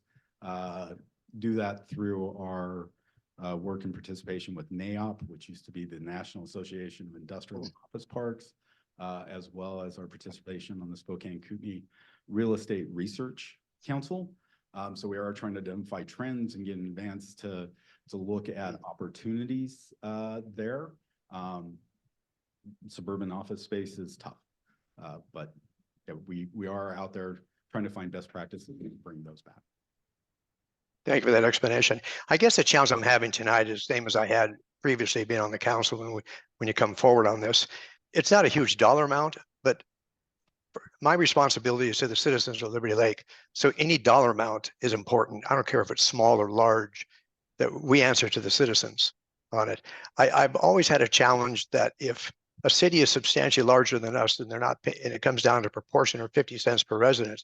And the 65-75 represents us, and yet Spokane Valley or other cities where the city of Spokane does not participate in that, or they're not meeting that, it's difficult for me to vote yes for this. So thank you for your presentation. You bet. Understand. Okay, Councilmember Vol, you're next. Gary, I just wanted to say that I really appreciated that Spokane Inclusive Business Catalyst to help underdeveloped businesses. Now you're talking small businesses, right? Correct. These are often probably not large. We don't have set restrictions because we did want the program to be flexible as much to assist businesses. But most of the businesses you saw in those pictures were maybe max 1 or 2 employees and very small revenues. So many are probably more along the lines of micro enterprise, but they've also been in business and had a couple business cycles. Right. Yeah, I appreciate small business. So will you be working to attract small businesses here as well, other than just the big players? A lot of our work is working with small businesses as well as our partners who work with small business to grow those small businesses. Okay. Certainly if somebody connects with us as people, and Rose will like to hear this. So oftentimes in my experience, a business owner who brings their business to the community starts as a tourist and then becomes interested in coming to that community, either starting a business or bringing their existing business. Certainly if those companies need support, we do that. And on our recruitment, some of the businesses we work with are very much just starting up, and they're often like scalable companies, so kind of high growth, but they might only have a couple employees. Thank you. And also, what is this special projects Advantage Spokane for $1,000? So that is the shared community website. It's the landing page. So if you Google, bring my business to Spokane County, Advantage Spokane will show up. And so it's a shared resource that community partners pay. Visit Spokane is actually one of those partners as well. Okay, thank you. Yeah. All right. Any other questions? Councilmember Dunn? Gary, I'm grateful for the presentation and the work at GSI. I also am grateful for Mark's recapitulation that business attraction or retention is positioned in our strategic objectives for the city of Liberty Lake. I believe GSI is poised to deliver on that for us in our investment. Thanks. All right. Well, if there's no more questions, we will move on to the next item, and then the contract is coming up later in the agenda. All right, we are back to reports and inquiries. So first we'll start with city council reports. Does anybody have anything they want to report on? Councilmember Dunn, I know you do. Yeah, I'll take one.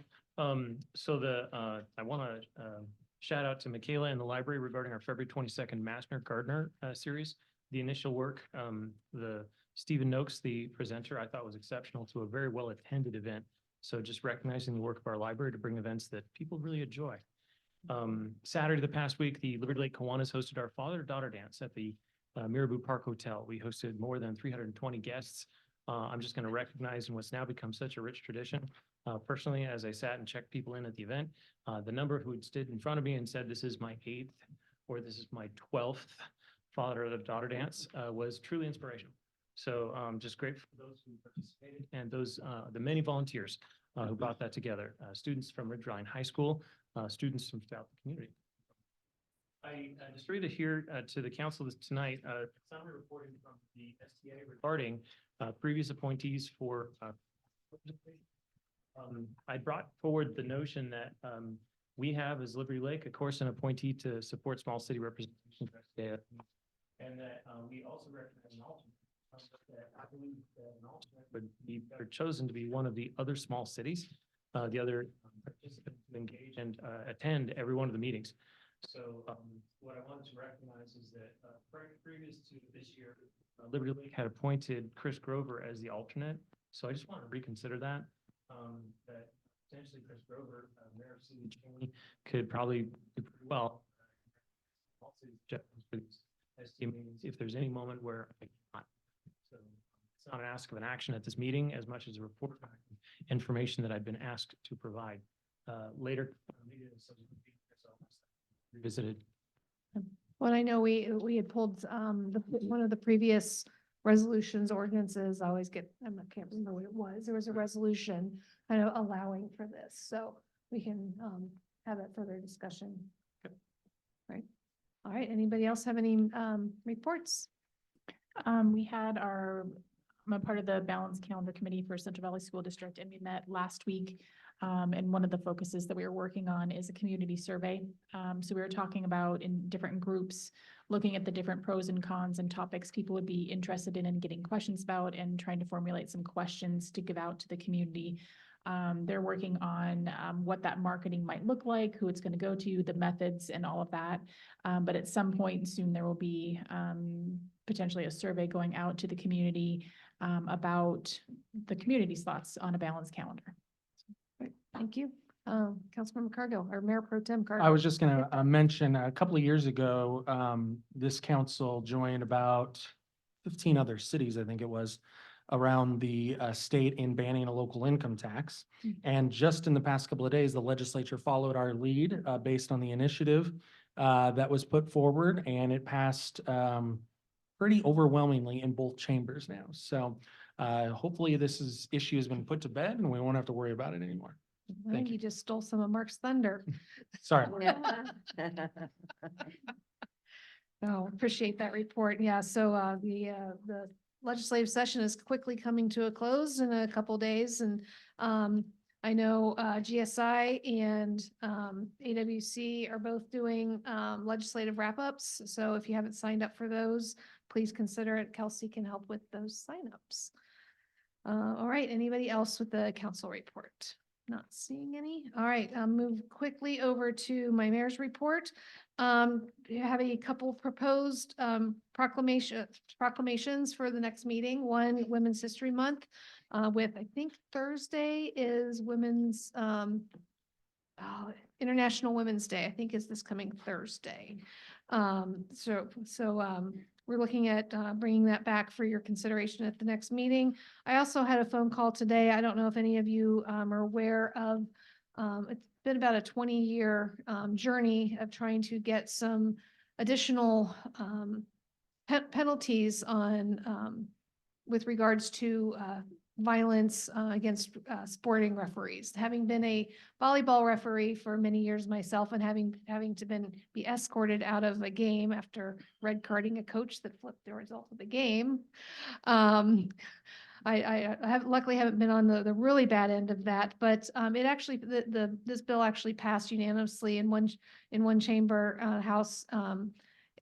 It's at the state level and didn't get a hearing in the Senate. So I know they're going to continue to try for that, but there's been a request sent out to the county and other municipal or jurisdictions around the county to, and I don't have it in front of me, the language or anything yet, with regards to a proclamation of supporting more penalties for adults, kids, parents who incite any violence against referees. So look to see that on the next agenda as well. Lots of activity going on. Like I said, AWC and GSI updates for legislative session. I attended my first Association of Washington Cities bylaws review committee. We do this every, I think it's 6 years. And this has to be done but before the annual meeting in June. So we're having meetings about every couple of weeks. So we're looking at a lot of different things with that, with regards to how many districts we have, how they're made up. Is there, I mean, heck, pulled some of the numbers and, as the District 1 representative on this committee, I've got one of the largest land areas, but not necessarily the largest population. So how do we, how do we make sure that everybody's represented? So we're just starting to get into the meat of this thing. So I'll be reporting back on that as the meetings go along. I'm also on the AWC Federal Legislative Agenda Committee. We have not met yet. And then I leave Friday, as I mentioned before, for the National League of Cities Conference in DC, always packed with some great educational pieces, great general sessions. I join Women in Municipal Government as well. So I'll be attending a couple of their events as well as their board meeting. So I do, and I was doing a lot of spoon feeding over the last couple of years of, different trainings that were coming up, and it's a lot to keep up with. So I just want to remind everybody that AWC, MRSC, NLC, it's a lot of alphabet there, but we are members of all of those, and I really, really strongly encourage all of you to get on their websites, monthly basis or whatever, and see if there's any trainings coming up that you'd like to attend. I know Linda is registered for quite a few of the same ones that I'm registering for. Even if you're not pursuing your certificate in municipal leadership, which I highly encourage as well. It's great information, and things change all the time. So, and they're usually, a nominal fee. Sometimes they're free. Sometimes it's something, it's a video recording that you can get afterwards, but definitely look into those organizations and see what's out there. Yeah, I think that's enough for me today. So we'll move on to the city administrator report. All right, thank you, Mayor, members of council. If you look at the city administrator's report, we'll start with the events and reminders. And as we've already started to talk about the 2024 legislature, the session is coming to an end. The last day is March 7th, which is Thursday, unless there's a special session called, which at this point I don't think is very likely, but you never know. And so as council member or Mayor Pro Tem mentioned earlier, we had one of the initiatives that came out of the legislature was the no state income tax. We had a couple of others. One was a Parents' Bill of Rights with respect to K through 12 education. And then another one was on police pursuits. And so all three of those were passed out of the legislature. They don't require the governor to sign them, and they will all become law 90 days after the close of the session, so approximately June 5th. If you happen to read the article in the Spokesman Review this morning, Chief Simmons was extensively quoted about the police pursuits initiative. So if you haven't seen that, check that out. In addition to the three initiatives, and the other three are going to find their way onto the November ballot. But in addition to the three initiatives that were passed out so far, there have been 170, give or take, bills that have been passed out of the legislature, and we'll just have to keep our eye on which ones the governor signs, likely most of them. And we'll obviously, as that becomes more clear, be doing a summary report. The mayor mentioned about both GSI and the greater Spokane Valley end of session reports. And so those are good things to keep eyes on, but we'll also be updating you, especially on those ones that tie in some way to our legislative priorities that council previously adopted. Any questions about the legislature? Okay, so moving on, we've been talking for a couple of meetings about the Master Gardening Series that is going on at the Liberty Lake Library. The next session, which is Gardening for Pollinators, is happening on March 9th, and that's at the library. And to tie this back to the last item, coincidentally enough, two of those 170 bills that I mentioned earlier are about pollinators. So protecting pollinators, promoting pollinators. And so if you're interested in gardening and making gardens that attract pollinators and promote them, come out to the library on March 9th. This is one of a series. Check out the rest of the offerings in the series and maybe come out for those as well. And for a full list of events that the library is hosting, visit our website at libertylakewa.gov. Any questions there? All right, moving on. We've got daylight savings time starting on March 10th. So your clocks are gonna move ahead an hour at 2 a.m. there between, some of us think of that as March 9th, others of us think of that as March 10th. But it's in the early wee hours of that Sunday. So keep that in mind. And then City Academy, class number 3, And this is a little bit farther out, but we want to give everybody heads up so they have time to plan, and you'll start to see invitations and information published about this on our social media channels and on our website. Is going to kick off on April 18th. And so again, this is the third class of the academy, and we're looking forward to have another cohort of folks go through that to learn about the city and how it makes decisions and allocates resources and partners with other agencies to deliver services and those kinds of things. So before we move on to the other items, any questions about any of those events that we haven't touched on? Okay, great. So as many of you know, we are in the process of transitioning our meeting management software from the Granicus platform to a platform called Civic Clerk. And that transition is going to take place, and you're going to start to see how it takes place over the next couple of meetings. And I'm going to ask Kelsey to give you some more details on that. So Kelsey, take it away. Thank you, Mark. So Mayor and Council, like Mark mentioned, our contract with Granicus is coming to a close at the end of this month. So for the last several months, we've been working on the configuration and implementation of Civic Clerk for the agenda creation and meeting management software. And so just wanted to give you a brief overview or make you aware that in the coming weeks, you'll start to see some changes as far as how agendas are published on our website, how you'll be able to access those agendas, but it will still have that old-fashioned full PDF agenda packet too, if that's what you're used to. So just want to make you aware that you will start to see some of those changes, and I'll share additional information and ways to access that as we roll this out. And then the other component that I'll be working on in the next few weeks is records preservation. So you'll likely see some email communication from me if you used Granicus for your previous notes on agendas. I'll be reaching out to find that out and then work with Granicus to see how to preserve those records as well. Any questions there, Councilmember Cargill? Sorry, I almost fell out of my chair.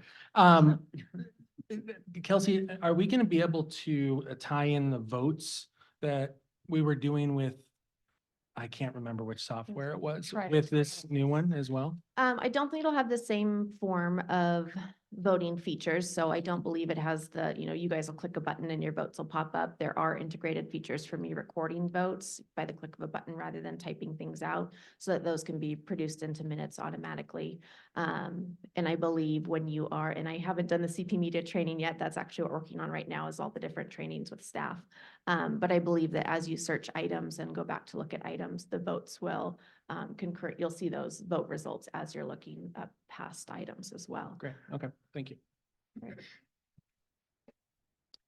All right, moving on to the, thank you. Real Kelsey. quick, it looks like Councilmember Spencer has a question.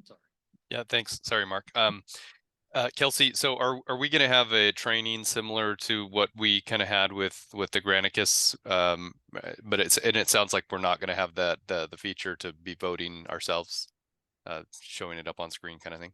Yeah, and I'm working with Civic Clerk right now to pull together training resources for you guys. I believe they're all pre-recorded, so we won't come to a live meeting session and have that training, but they do have recording trainings I can share with you and then work with them to answer any follow-up questions you guys might have. And one follow-up question. I know in their presentation they mentioned, and I can't remember whether that was an upgrade, but in showing the video recording that there would be different time slots that show the different topics discussed. Was that something that we're going to be having available for citizens? Yep, I believe that's part of the CP media. We'll be able to timestamp the recordings as the agenda items move through. Perfect. Thank you. Right. Thank you, Kelsey. Appreciate it. Next update on here is the 2024 Well City recognition. This is something that I just wanted to mention because there's a plaque on the wall back here as you go into the staff area in the back of the building. I don't know how many years are on there, but it's a lot of them. So we have qualified for the Well City recognition for many years. This is a program that comes out of the AWC employee benefits. And it's focused on wellness education initiatives and programs. And so depending on what you do, you qualify points wise. And if you get enough points, you qualify for this recognition. And so we have done that. And what that means for us is that we get a 2% savings on medical premiums. And so if you look at, and this, because we qualified this year, this will be applied to 2025. We qualified last year, so we got the 2% discount this year, but now we're looking forward to 2025. The approximate savings, if you count in price increases and, potential staff growth and those kinds of things is approximately $25,000 in 2025. So not a ton of money, but $25,000 is $25,000. And so because we qualified, we get that 2% savings on those premiums. And we're one of 117 recipients statewide. And so if you look at the number of cities out there that AWC represents, less than half of them qualify for this, and we're one of those. Any questions there? Yes, sir. Is that because of any paperwork or any action of city employees? Obviously, there are some companies where if, they go through a program that proves they're, in shape, sometimes you get a discount. So is it because the city employees, or is it just something that we were able to? So there are multiple components, but certainly a component is related to like behavioral things that city employees do. Like, for example, going into what we provide, the system we use to provide is called Castlight. So we go in and we do like an assessment of certain kinds of things. There are all kinds of opportunities to take trainings on different kinds of wellness initiatives, diet, exercise, proper amounts of sleep, medical attention, those kinds of things. And so depending on how much of that stuff you do and how many points you accumulate across the workforce for that year, that's what qualifies you or doesn't. And so we've qualified now for, I want to say there's probably 15 or 17 years on that plaque. So for a while, we've done what's necessary to qualify. Are the city employees getting any benefit out of this? I So mean, are their rates going lower as well? So they're not getting direct cash benefits now. I can say that because you're actually doing things to help promote your own wellness as part of a that's a group, benefit, right. you're getting a benefit that way, but there's no direct cost savings for the employee other than us collectively helping to keep costs down through that membership. Got it. Thanks. Mark, I just want to say, I'm really proud actually to work with city wellness campaigns. I can speak in personal terms of the importance of personal wellness, the outcome of the employees, that I can say, and I really appreciate the work of the city to do that. Thanks, appreciate it. And I know that Heidi and all the other coordinators do as well. Any other questions or comments on that? All right, moving along on this last item, I wanted to include this because we've talked about keeping this on the agenda. There's not really an update here other than to say we're continuing to collect responses. That reminder card that we talked about was mailed out on February 26th. And that went to approximately 70% or so of the original group. And we're now at about 23% response rate. We're going to keep the response window open through March. And like we talked about last time, we'll be bringing this back up with the Community Engagement Commission at their March meeting to determine what steps, if any, we're going to take beyond that. And then when results are ready, we'll, of course, bring them back and make a presentation to council. Any questions there? Just checking. I keep getting kicked out of Zoom, so it looks like we're good. Okay, in that case, that concludes my report. Okay, Thanks. great. Thank you. All right, next up, Spokane Valley Fire Department. Thanks for joining us. Thanks for having me. So my name's Zach Bond. I'm the Deputy Chief of Operations for your Spokane Valley Fire Department. I'm here in place of our Fire Chief, Frank Soto. He was a late scratch tonight, so thanks for having me. So in general, we prepare our own reports for these presentations. So because of the late scratch, I'm going to be presenting Chief Soto's report. And in general, in typical high-performing fashion, his report is 17 slides long. So I'm thinking 10 minutes or so per slide, and we should be able to get through it. Just kidding. I'm going to do my best to get through it and sticking with the 10 minutes or less theme. So Kelsey, if you'll help me out with moving through these pretty quick. Next slide, please. So the way Chief Soto has this organized is we're first going to talk a little bit about the district as a whole and the numbers that we're seeing so far this year district-wide, and then we'll narrow it down to Liberty Lake specifically. So far, well, actually, this is the month of February. The district ran 1,843 calls for service. And moving down to the graph below, those are our types of calls for service. The first two being advanced life support, followed by basic life support, followed by motor vehicle accidents and building alarms. And you're going to see building alarms show up quite a bit in some of these graphs.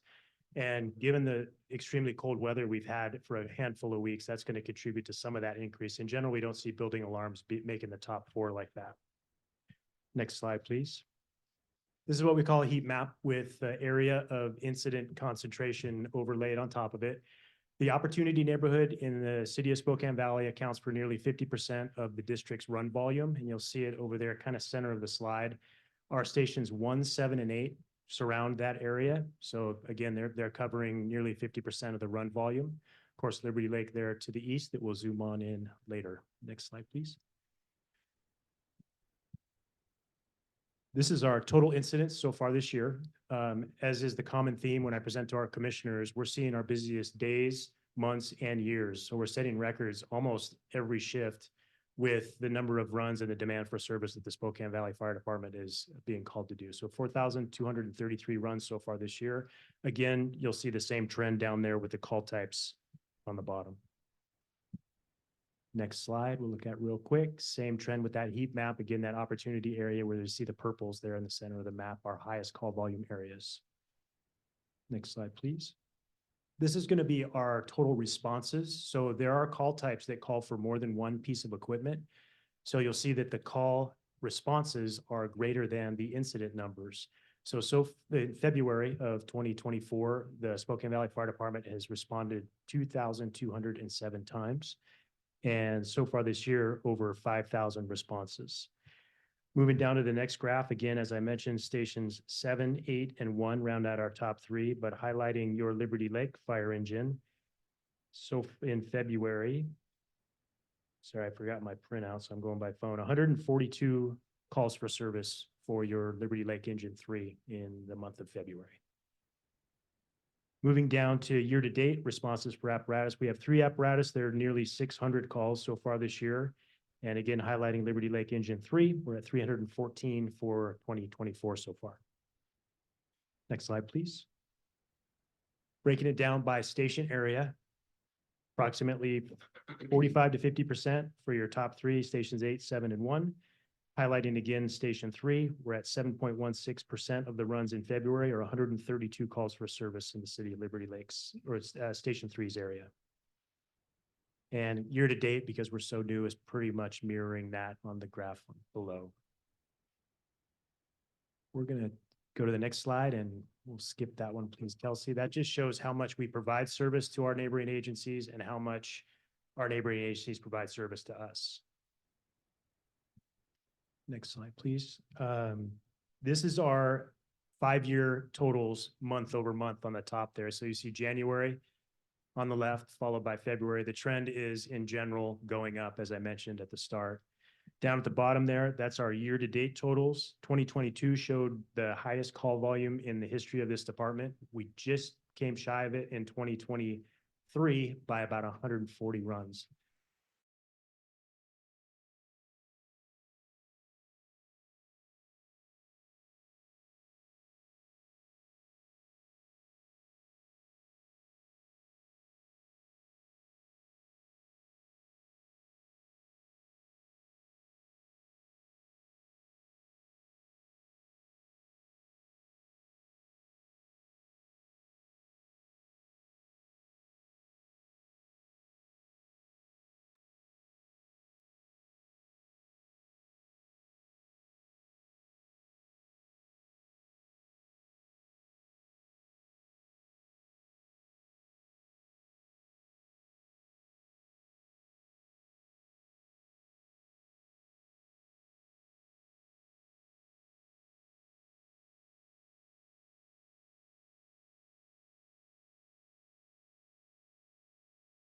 Okay, 230, and same trend down below with our call types.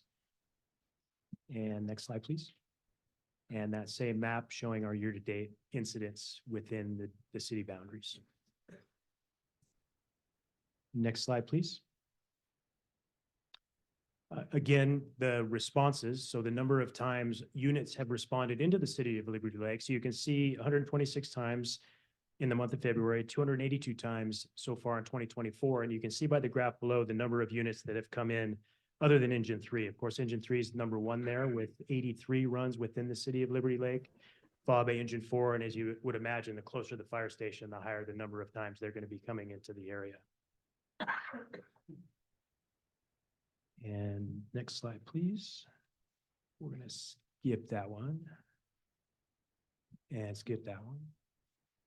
All right, and then City of Liberty Lake. So year over year for 5 years, the month of January, month of February, we're too shy of what I would argue would probably be the busiest February ever. So you can see that trend is going up within the City of Liberty Lake.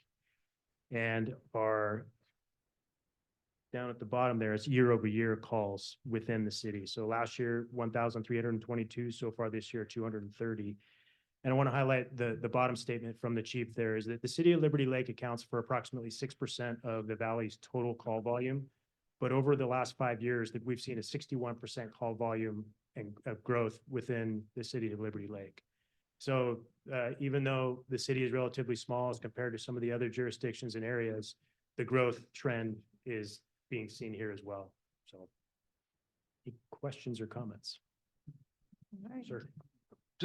I just want to make sure I'm reading this correctly. So if that trend continues, we're going to be up above 1,800? This year for the City of Liberty Lake? Is that the Yeah, question? yeah.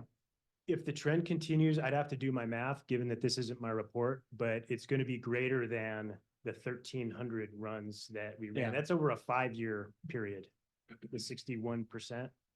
Yeah, I'm just looking at 230 so far in 2024. This is through the end of February, basically. Right. So, that times 6. So Yeah. we're through about a sixth of the year. Yeah, I mean, using that, it's super hard to predict. Yeah. For example, December is generally one of our busier months. In fact, December of 2022 was one of our busiest months ever. December of 2023 turned out to be one of our slower months for whatever reason. So it's sometimes hard to predict. Yeah. Between weather and tourism and travel through, and it's hard to predict. But yeah, using those numbers, we're trending to be busiest ever within the city. Yes, ma'am. Go ahead, Councilmember Ball. What was the cause of the alarms, all the alarms going off in February? Generally, super cold weather is going to cause pipes to break, which is going to cause sprinkler systems to flow, which sets off alarms. Okay, that's So, what I thought, yeah. accumulation of water and ice on a roof may cause an alarm with the structural members giving way. Right. And also on the advanced life support calls, is a lot of this due to overdose or? Not necessarily in the City of Liberty Lake, but we do see quite a few of those in some of our busier areas.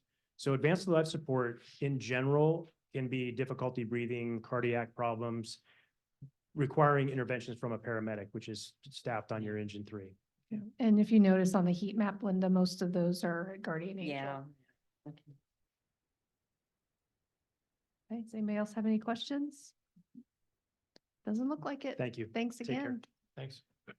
All right, now we've got Liberty Lake Sewer and Water District. I don't have anybody in chambers. Do we have anybody online? I can't see who else is on.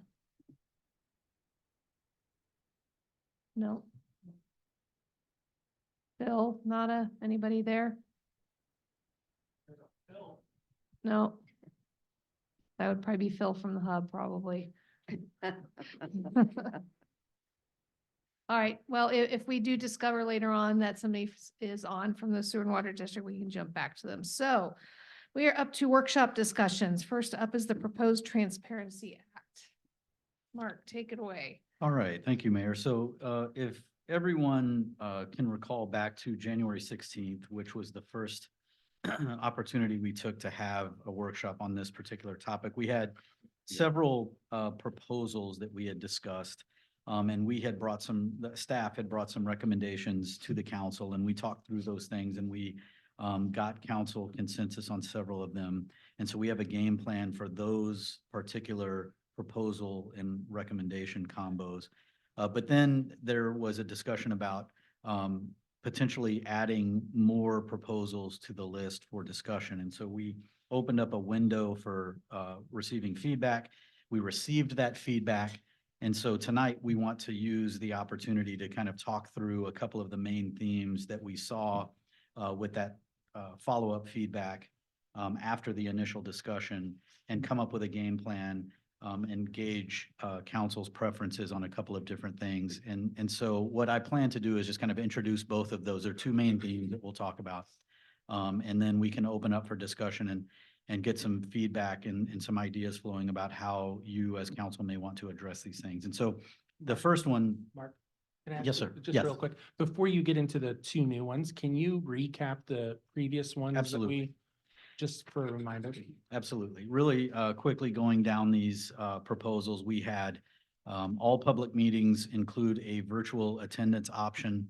And the recommendation was that we were going to commit to hosting all public meetings with a virtual participation option. Second proposal was all public meetings be recorded and made available on YouTube. And the recommendation was we would commit to doing that, whether it was on YouTube as it is now or some other publicly accessible social media platform.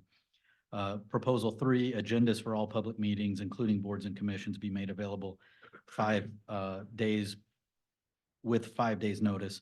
The recommendation that staff brought back on that one was that we make agendas for all public meetings available 72 hours in advance. And we talked through that quite a bit, both at that meeting and the subsequent meeting about the rules of procedure to incorporate that into the council rules of procedure with that 72-hour language in there.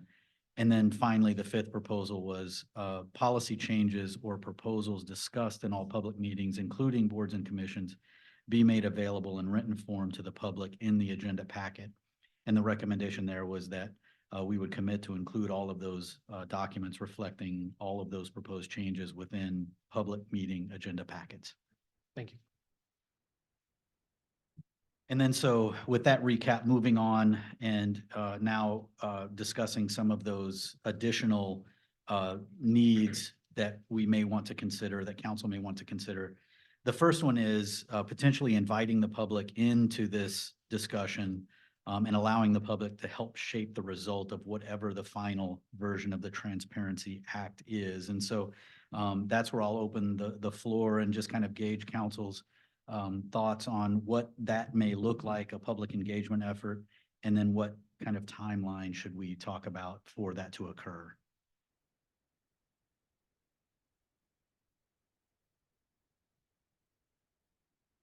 Mayor Pro Tem, go ahead. Mark, do you have thoughts about the best way to do that? I mean, whether it's through the CEC or just, you know, something we put up on social media or? So it's certainly an opportunity to engage the CEC to help us in that endeavor. For something like this, I would also probably recommend having some kind of town hall-ish kind of discussion. I mean, you can have a widespread open invitation kind of feedback mechanism like a survey or some other online tool, but that would not be the only thing that I would use.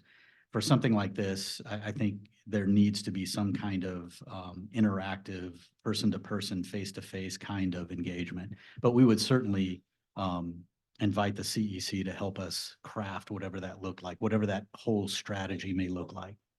Okay. Anybody else?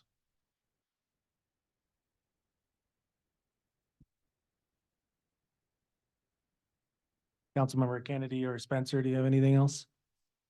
Thoughts?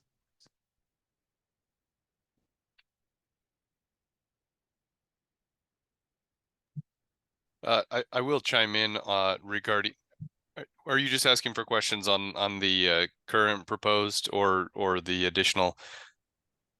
How to get the public involved in this discussion? If that's the desire Yeah. of council, yeah.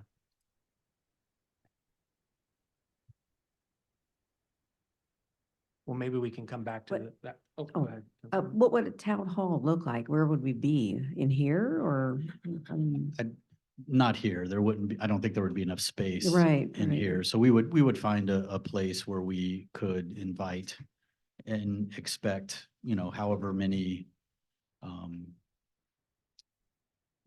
you know, you would probably want to have accommodations for 100 or so. Not that Right. you would see 100, but you would probably want to accommodate that number of folks. Yeah, perhaps at the meeting room in the new building.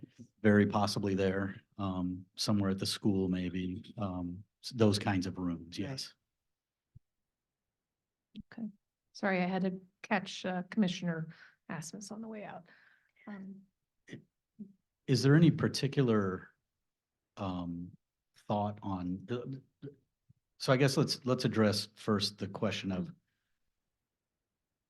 from council's perspective, do we want to invite the public in to join this conversation to help shape whatever the end result of the future act may be? Because if the answer to that is yes, then we can talk about methods and strategies of doing it.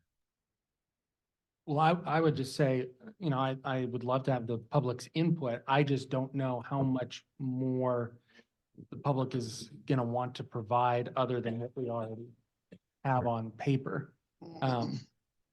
Because basically what we're doing with these four that you previously mentioned is that we are committing to, you know, these 4 items. But I'm not sure above and beyond that, if there's anything else the public would want. I guess that's what we're trying to determine. Well, you would potentially open up, you know, we're talking here about 5 items, right? So you would Right. potentially open up a window for much more feedback that was much broader in Yeah. scope. So that would be a consideration. And council could use the opportunity to define a scope, right? We're going to have a discussion that kind of is within these parameters or something like that. Okay, real quick, I've got, Councilmember Spencer, you had your hand up and then it went down. Do you still have a comment? No. Okay, and then next was Councilmember Kennedy and then Councilmember Kurtz. Thank you, Mayor. Yeah, I am in favor of including the city or this residents on this. I'm not sure what that would look like, though. I know we could do it through CEC. But I'm not sure what that would look like. But I think we should discuss this a little further. Councilmember Kurtz? I'm sort of the same opinion that I think that if we're going to talk about transparency, engaging the public would be a good way to do that. I think we can narrow the scope because the scope feels pretty narrow to me as far as transparency. If that's the topic, and it does feel narrow to me, and maybe I'm looking at it the wrong way, but I would like to figure out how we could engage them without it being like a really long and prolonged thing so that we don't move forward on it, if that makes sense. Absolutely. And that's the kind of feedback I'm looking for, just to make sure that we are moving forward to accomplish the objective that council is looking to accomplish. And to address the scope question or comment, I would say that the parameter that you would want to set, if you chose to set one, would be to solicit input on transparency as it relates to council, board, and commission, public meeting types of things. That's where we started here, versus transparency of any kind focused on anything, right? Because that would be way too broad. So that would be the narrowing that may be appropriate. All right, any further comments? All right, not hearing any. So next step. So next step is we can bring the discussion to the Community Engagement Commission and start talking about strategy and build that out fairly quickly and maybe even use the framework that we talked about earlier tonight. That would be a good second test case for that. Question on timeline. And I know we're not looking for a finger on the calendar to say by this date you must be completed. But generally speaking, what are we thinking so that we can move forward and show some progress and actually get to a conclusion? Mayor Pro Tem? So, Mark, before I answer that question, did you have a second one? I do. Okay. Well, maybe the second one might impact the timing, but I kind of think that it's better if we say, okay, our goal is to get this done by June 1st or July 1st or whatever, pick a time. Sure. And then we can work back from that. as opposed to just kind of having it hang out there. So if it were me, I would say, let's try to pick a target date that we can all agree to that will work for you guys and the CEC, and then go from there. Any other thoughts on what that target date should be? June 1st sounded good to me. Sure. It's not for June I'm 1st. comfortable with June 1st. Does that give you guys enough time? I believe it does. And if we get to a place where that doesn't look feasible for some reason or another, we can come back and brief council and talk about what may be an extension or something like that. Okay, so that gives us the direction on that first item. The second item deals with handling of reports. We just went through the list of reports. So we had city council, mayor, mine, fire district, and sewer and water district. And occasionally we have boards and commissions make reports and other bodies as well. And so the item that was brought up was making sure that we didn't have items show up in reports that caused extra agenda decisions. And we 100% agree with that sentiment. We should not be including things in reports that require you to make a decision that is on an item that isn't on the agenda. And so we will do what we need to do, working with all of these groups to make sure that the reports themselves don't contain any of those that may have landmines in there that would cause you to, go into some kind of decision-making mode, except to say that some of them may forecast future decisions like we did in the workshop with the ordinance discussion, but not decisions that you wouldn't be making as a result of that report that night, right? That's not the kind of way that we want to do business because it's not transparent, fully transparent. And so we agree with that 100%. Some of the other recommendations that fit under this main heading are things like publishing the reports in the agenda. And so that's one of the things that I wanted to get council's temperature on. Because in my opinion, if that was, and it's council's prerogative, but if we chose to do that, that in my mind would need to be universal, meaning it would need to apply across the board for all of the reports. And so that is in many ways,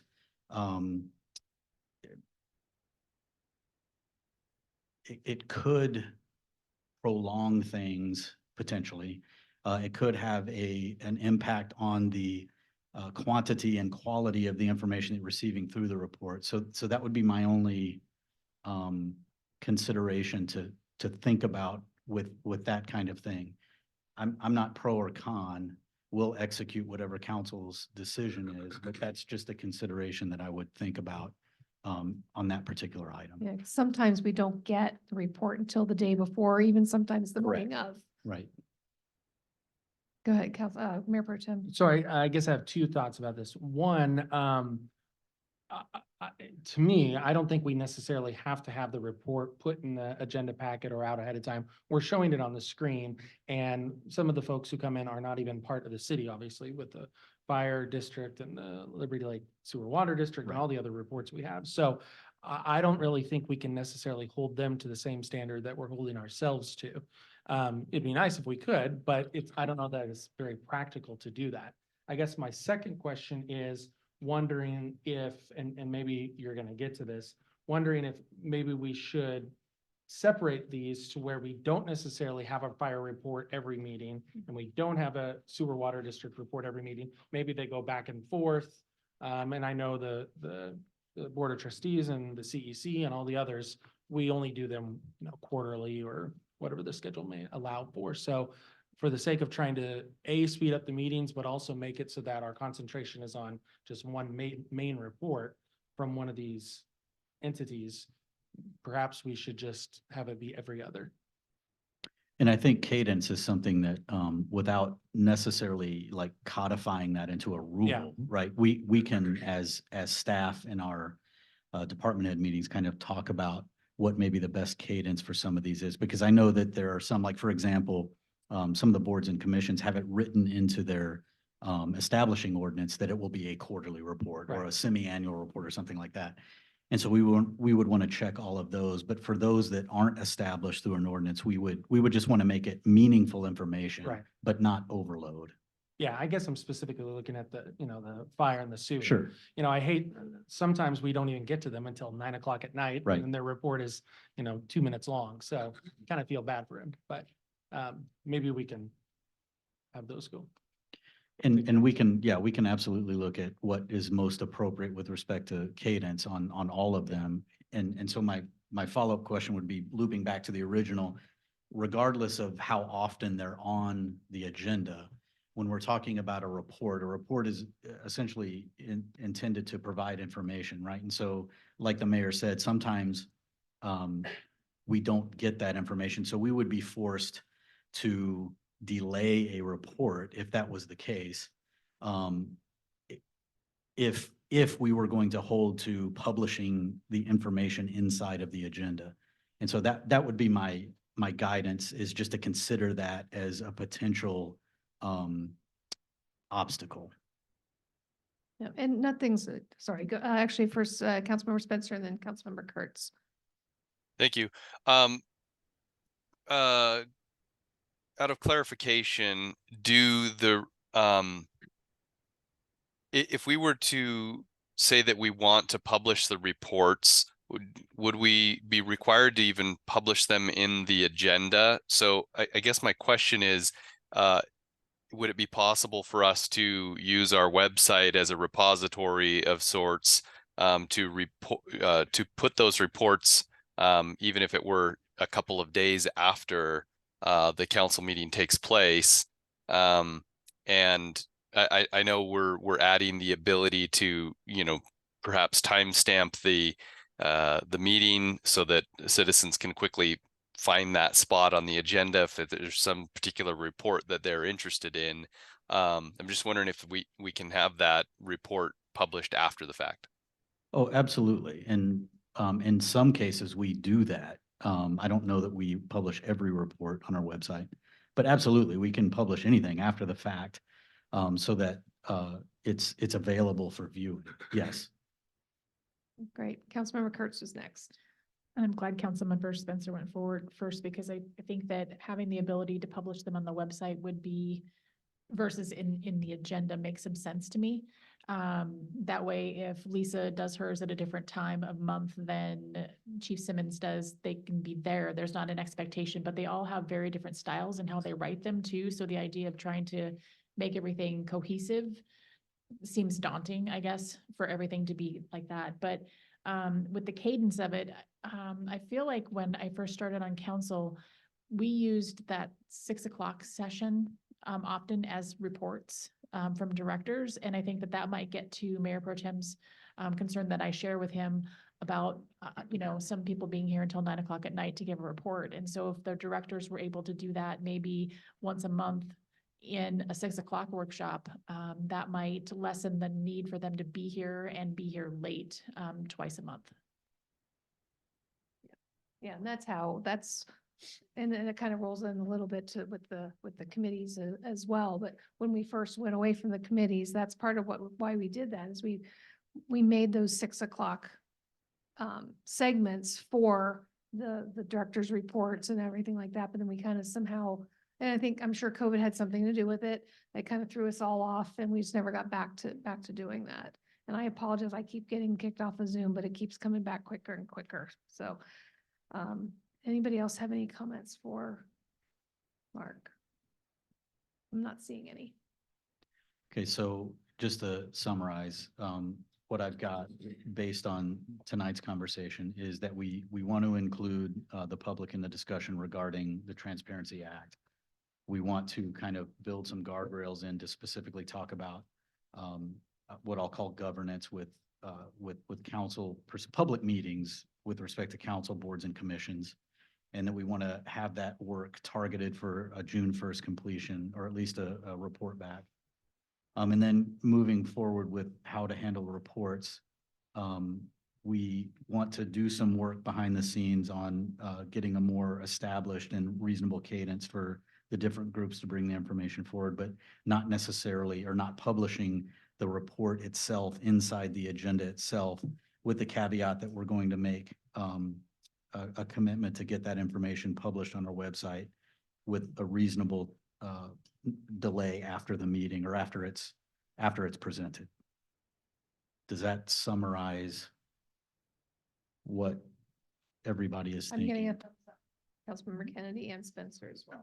One quick clarification, Mayor, if I can. Yep. So Mark, you're talking about anything that would fall under, in tonight's agenda, section A or section 8, beg your pardon. So if somebody were to come in and give a report there, we would either put it up later or do whatever.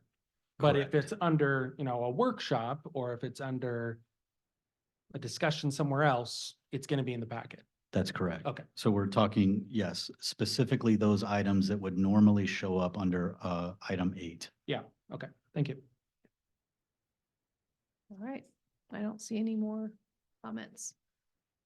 All right. Thank you all. And so now we'll transition. Yep. Well, I'm not going to take the chair's role here. What? I'm not going to take the chair's role. You transition to it. All right, okay, so now we're up to the council rules of procedure and city council committees. So we kind of mush these together for tonight because they kind of go hand in hand. So we've got the council rules of procedure up first. I know Councilmember Kurtz had some comments and some suggestions with regards to the rules of procedure. And Mark had sent out again, the most recent update earlier today. Hopefully everybody has that to go through. So Michael, can you advance to slide 7? I think we wanted to start, this was designed to be 2 parts of one conversation last meeting, and we ended up not getting to the committee portion. And so that's where we wanted to. There. Yes, that's where we wanted to pick up tonight. Sounds good. And if we have time remaining, we can hit any other holdover issues from the other rules of procedure stuff. But I wanted to give Councilmember Dunn the opportunity to kind of lead this discussion. You each should have this in your inbox, the rules of procedure that contains this section. We've got it up on the screens. I know it's hard to read for the public, but essentially what this is doing is defining the standing committees. And this was the rules that were adopted, I believe, in 2017. Okay, thank you. Yeah. Take it away, Councilmember Dunn. So to give this context, the City of Cincinnati Corporation up to and about after 2017 had the definition of standing committees which support the work of the city's council. These committees by design are, I'm going to say, charged with responsibility to review and report its recommendations, is a repetitive sentence in each one of them, regarding 3 specific categories of the operation of the city. Finance Committee, Public Safety Committee, and Community Development and Public Works Committee. Committees by definition in boards and councils are by design created to move the business of the board along. And I say that gently to recognize that it's really not reasonable for everyone to do everything. I think that committees perform a certain, and I'd say important, role in trying to analyze and interpret and to, for the reference, provide recommendation to the greater council regarding specific actions. I personally reflect on the challenge we as a group face with meetings that are extended to 10:30 and 11:30. People who are giving reports at 10:30 and 11:30, and believe confidently that committees, if there were the opportunity to discuss these actions, would probably preclude that. I'll speak from my personal experience in participation. I, in prior, had served as part of the Public Safety Committee. I'll reflect that 3 council members were asked to visit an appointed time once a month with the Chief of Police. And coincidentally, we were joined by Fire Commissioner and also library operations. Actually, we included library operations within public safety, matter of convenience. And it was, in my opinion, an excellent opportunity to have, I'll be very direct, casual conversation and very interrogative, and I'm going to say important conversation about what's going on. I reflect on the reports that we receive as council members in the current moment, in which there's so many reports that are pummeled onto me, I don't know where to begin in terms of really a lot of the questions that I would have. That these committees afford the ability then for those particular set of council members to address questions in that regard. So I reflect on them as an important mechanism that allows a board to proceed in its work. I thought, in discussing preparation for this conversation, I thought it was really interesting that even like Administrator McAvoy brings forward, he's never served within a government commission council like this that did not committees. So I'll just recognize that it's an important action. I looked at section 11 in the prior definition and believe that these committees in their definition are still valid. They still, for me, reflect the size and scale of our organization and to a good degree, the work that needs to be done. Questions on that point? I guess I'll say observations. I have a couple more points to cover, but I want a chance to speak. Councilmember Kurtz. Can you give a little bit of context of why they went away? We both can. Excellent. Okay, so this is a subject of opinion. But I would have to report that for a committee to be effective, I have to trust that the members of that committee perform the work that is needed. And in my opinion, there were in a prior period, some council members who did not extend that trust to those other council members. Thinking that I would rather myself listen to and do more than to have the recognition that another has that responsibility, owns that responsibility, and performs that responsibility. So again, that's truly an opinion. Much better stated than I could have done it, but Okay. dead on. Yes. But I just think the outcome of what we witnessed is, 10:30, 11:30 council meetings. Staff reports which are delivered to council with no questions. Those are things that I'd like to address, and I think committees could be a big part of that. Any comments? One quick Mayor question, Pro Dan. Did we, this was before my time on the council, did we partially get rid of the committees and then put in the workshop discussion? Yeah. So if we talk about reinstituting these, is the thought that we would not need to do the workshop discussion anymore? Well, in the past, those meetings were at 6 o'clock, so Right. finance met at 6 o'clock before each council meeting, and then the off Tuesdays, one was public safety and one was community development, if I'm remembering correctly. So But the council as a whole wouldn't meet at 6. they wouldn't, no, but Yeah. that's subject to change, obviously. It's a whole new body pretty much since then. I'd have to report yes is the best answer to that question. That is to say that the 6 o'clock workshops were typically added to try and take on the work that the committees have performed. With respect to when the committees actually met, that really became then a matter of convenience for both the staff and the participants of the committees. Finance's example was traditionally meeting on the same night as a council meeting in advance of that. Public safety traditionally was meeting on a different night. Really just, the convenience to staff and the members of the committee.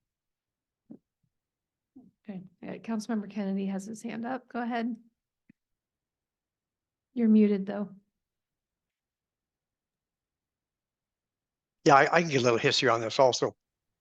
I came into office in 2017, and we did have the committees prior to that. I was going to the committees.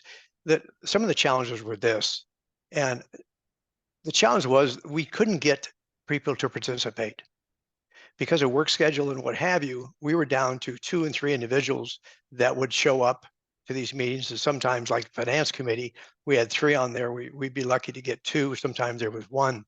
And it would work, it could work, but the challenge would be this. Then we would go into a general meeting and that committee would give a report.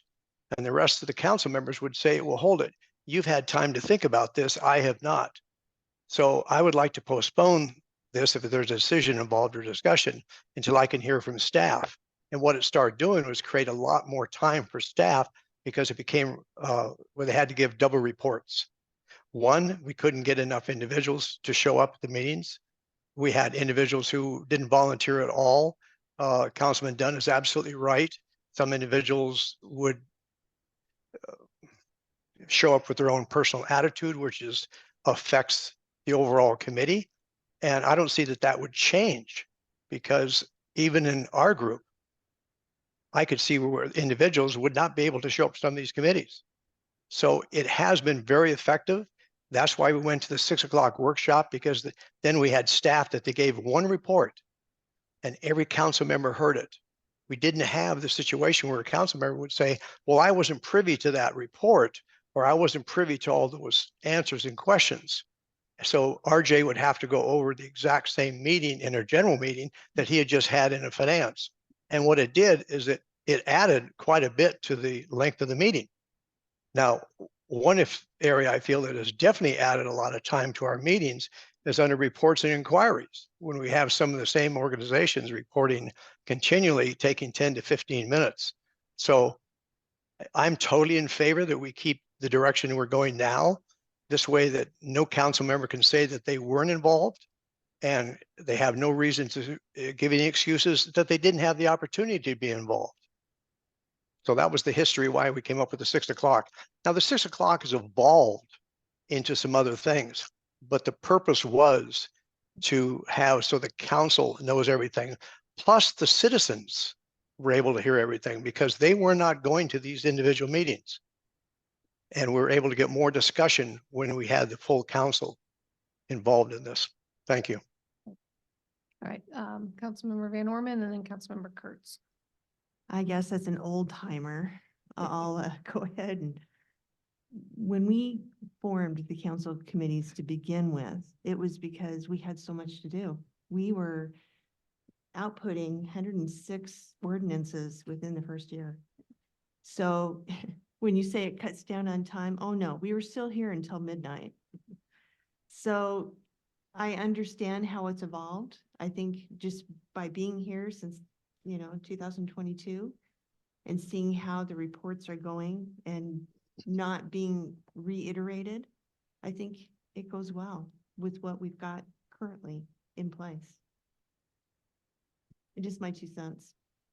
Okay, Councilmember Kurtz.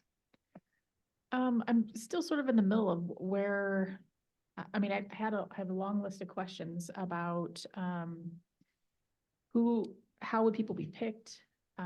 What the time commitment was, because I think that if it's going to be successful, we all have to do it. We all have to commit to that. So I think we need to understand if we're all willing to commit to sort of an extra meeting, but not, I guess, because it would change, right? And I'm interested in trying it out. I don't know if I'm totally sold on putting it in an ordinance, or resolution as it were, but, giving it a try, but I would just kind of want to know more about the mechanics of it, like who would pick, and would we be able to volunteer for one that we wanted to be on versus being nominated the way it's outlined here? But I think that if we were going to do something like this, we would all need to be at least on one. Yeah. And we would need to commit to being there. Right. And I think that was part of the challenge. So so there's 7 of you, right? And there's 3 committees. And so most everybody's probably needs to be on 2 because we need 3 people. Then there's one lucky individual who doesn't have to be on 2. And we typically did, and Wendy, I don't know if you did it different, before I started working with you, but okay, who's interested in what? And then we would kind of try to lay it out to accommodate. And there were opportunities every year or 2 to switch. So, yeah, and it would be, obviously up to this group to, make the cadence, if you guys decide to go back to committees, when do they meet and all that stuff, that's obviously up for discussion going forward. Has there been any discussion with the staff that would be doing these meetings with us, whether they feel it would be helpful? Have we gotten that far yet, or not yet? No, at least I haven't. Mark, have you approached that subject? We haven't really talked about it in directors' meetings. We haven't discussed it as a executive staff, but I've had several conversations one-on-one with different department heads and some others. And so really it's a matter of making sure that if council has a strong preference one way or the other, that when council makes that decision, we understand as staff how we need to best support you with the provision of the information and what format to your earlier point, standardizing that as much as possible. So you're not looking at two different reports with completely different styles of information and formats and everything that you have to decipher. And so really it's a matter, I think, of us working together once you've made your decision as to how best to leverage that to make sure that the body is continuing to be able to do its business effectively. All right, I've got Councilmember Kennedy up next and then Councilmember Kennedy, since you already went, I'm going to jump to Councilmember Spencer first. Thank you, Mayor.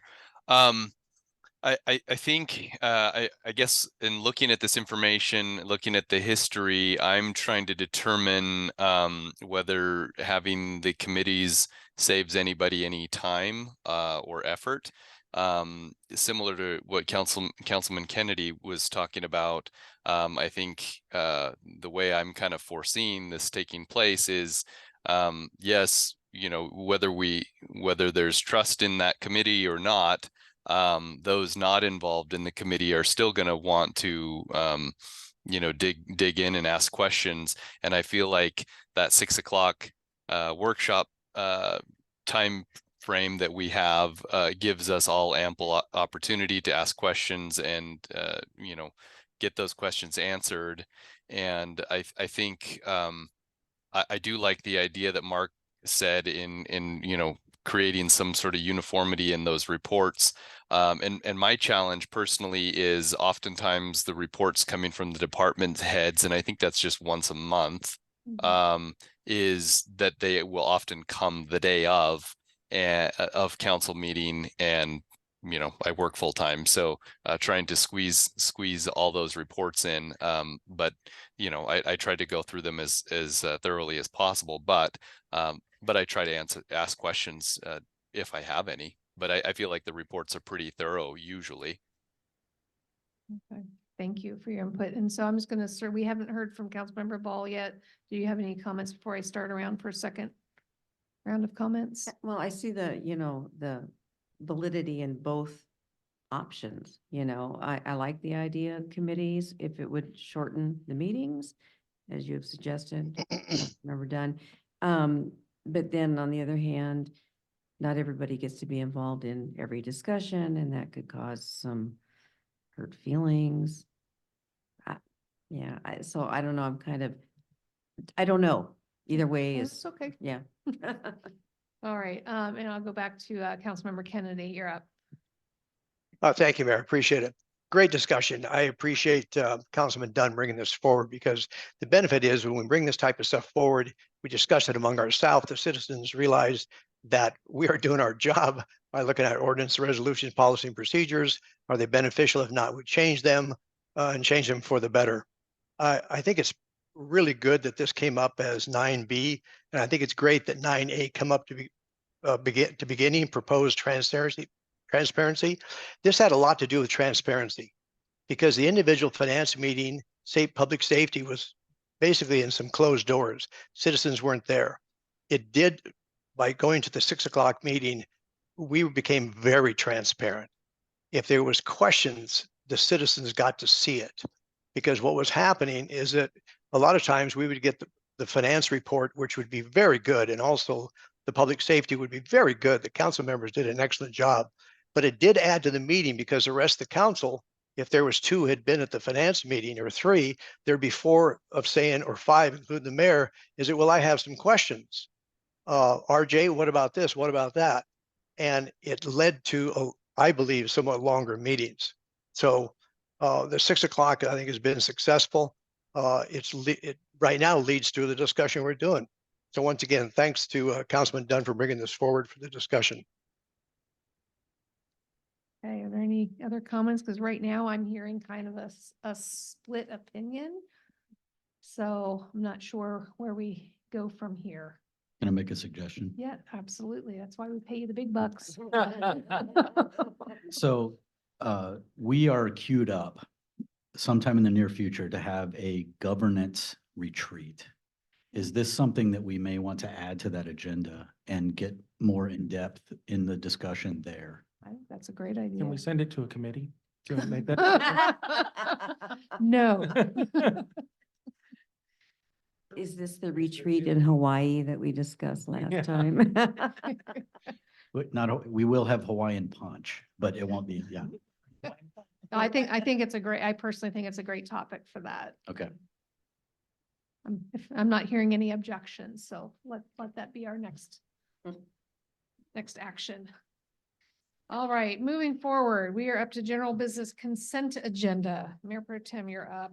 All right, I'll make a motion to approve general business consent agenda items 10A, B, C, D, E, F, G, H. Second. Hey, we have a second motion and a second by Councilmember Dunn. All in favor of approving the consent agenda items A through H, please say aye. Aye. Aye. Any opposed? All right, motion passes 7-0. All right, now we are on to general business action items. Turning my page here. I'll make a motion to approve general business item 11A. Second. And this is the Visit Spokane 2024 to 2026 agreement. So we had the second from Councilmember Van Orman. Is that, Councilmember Councilmember Kurtz. I wasn't looking, sorry. All right. This item has been motioned and seconded. Any discussion? I'm not seeing any here. Councilmember Kennedy or Spencer? All right, not hearing any questions or discussions. I'll go ahead and take the vote. All in favor of approving and authorizing the mayor to execute the 2024 to 2026 agreement with Visit Spokane, please say aye. Aye. Aye. Any opposed? All right, motion passes 7-0. Okay, I'll need some help with this one. Entertain a motion for item 11B. So may I explain why I think you're doing that? Yes. So somebody can't make a motion if they're going to, if they're not going to be in favor. So would need somebody else to make a motion. I'll make the motion to move item 11B to approve and authorize the mayor to execute the 2024 agreement with Greater Spokane Incorporated GSI in the amount of $25,000. Great. Do we have a second? Second. Okay, we have a motion by Councilmember Kurtz and a second by Councilmember Dunn. Okay, on to discussion. Mayor Pro Tem. I'm just, my concern about this is what I talked about last year, and that is the cost for the base number for our citizens versus the other citizens of other cities. And so when we talked about this earlier in the meeting, we talked about this last year, I did the math again. Our citizens are paying about 90 cents per citizen, which again, doesn't sound like a lot. But when you compare it to Spokane and Spokane Valley, their citizens are paying a nickel and a dime. So compared to Spokane, our citizens are having to pay 18 times more for this contract on the base number. And I just don't think that's an equitable way to distribute this. GSI does good work. I don't dispute that. But I do think that our citizens should be treated a little more fairly when it comes to this particular cost. So, okay, thank you. Thank you very much. Any other comments? Councilmember Kurtz. One of the thoughts that I was thinking about when we're talking about economic development during the presentation was that we talked a little bit about trying to build on economic development during the budget process. And we don't have an economic development director or anybody along those lines for the city.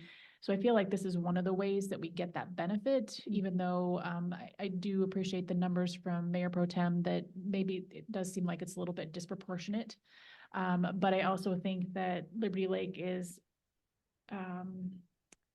like a small part of the greater Spokane community, and people know Spokane, but they don't know Liberty Lake. So I do see the benefit that we're getting from this, and I think it's an investment in economic development that we have invested in personnel wise for the city. Great, thank you. We have Councilmember Kennedy next. Thank you, Mayor. As expressed earlier, I was not in favor of this, and I will not vote in favor of it for the whole 25,000. What I would entertain is that some part of this, I do believe that GSI does have a benefit. I've been a advocate of GSI for a long period of time. I attended many of their meetings. Mayor Pro Tem, I was very active and involved with the GSI. So I think they do a lot of good. But for me, I have to look at what's fair and equitable to our citizens. And that's the utmost thing I'm looking at there. So I think that that could be adjusted to where it would be, might be more appropriate. Then I think I could be supportive of this, but until that time, I cannot be supportive. Thank you. Thank you. Next, we have Councilmember Spencer. Thank you, Mayor. You know, it's already been talked about the fact that, you know, 11,000, 25,000, you know, isn't an extremely large sum of money, relatively speaking. And as Councilwoman Kurtz mentioned, you know, we don't have an individual on staff tasked for economic development, and you wouldn't be able to find somebody for 25,000 anyway. My concern is, you know, in the presentation, as Mayor Pro Tem Cargill mentioned, there wasn't really any mention of Liberty Lake. And when I asked the question about, you know, what sort of development activity had taken place, you know, that there wasn't really anything in the last 6 years kind of thing. So I'm kind of thinking this, what have you done for me lately kind of thing. So I'm kind of torn, you know, the economic development partnership services piece is, you know, 6,500, but if there hasn't been any movement, then, you know, is that 6,500 well spent? So I am kind of falling under the opinion that unless we can perhaps figure out something that is actually moving us, I mean, 25,000 is 25,000, and, you know, if it's actually moving the needle in some way for economic development, then I am in favor of that. But I don't know whether I don't know that the presentation that was given gave us any specific results for the city of Liberty Lake. Thank you. All right, we still haven't heard from Councilmember Ball, Councilmember Dunn. I appreciate Administrator McAvoy bring forward that economic development, specifically business retention and attraction, is positioned in our strategic planning. And I believe that what's being asked as an amount here is very reasonable with respect to the services that are provided. Specifically, I don't think that the staff that we have in our city could do any more with that 25,000 than what GSI is able to. So I look at it as what bang for the buck, or what have you done for me lately? Our staff could not do any better.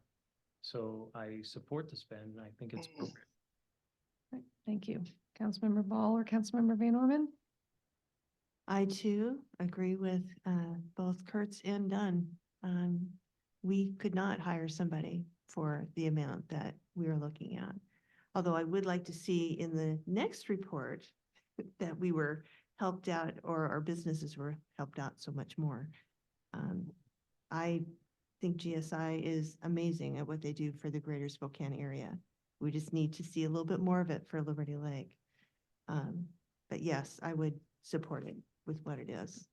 Great. Councilmember Ball, you have any questions or comments? Well, yeah, I was just gonna say about the same thing. We don't have an economic development person on staff, probably couldn't get one for $25,000. And also, I just find it kind of ironic, $25,000 is, you know, a drop in the bucket compared to some of the costs that, since I've been on this council, I mean, I'm astounded how much it costs to run a city.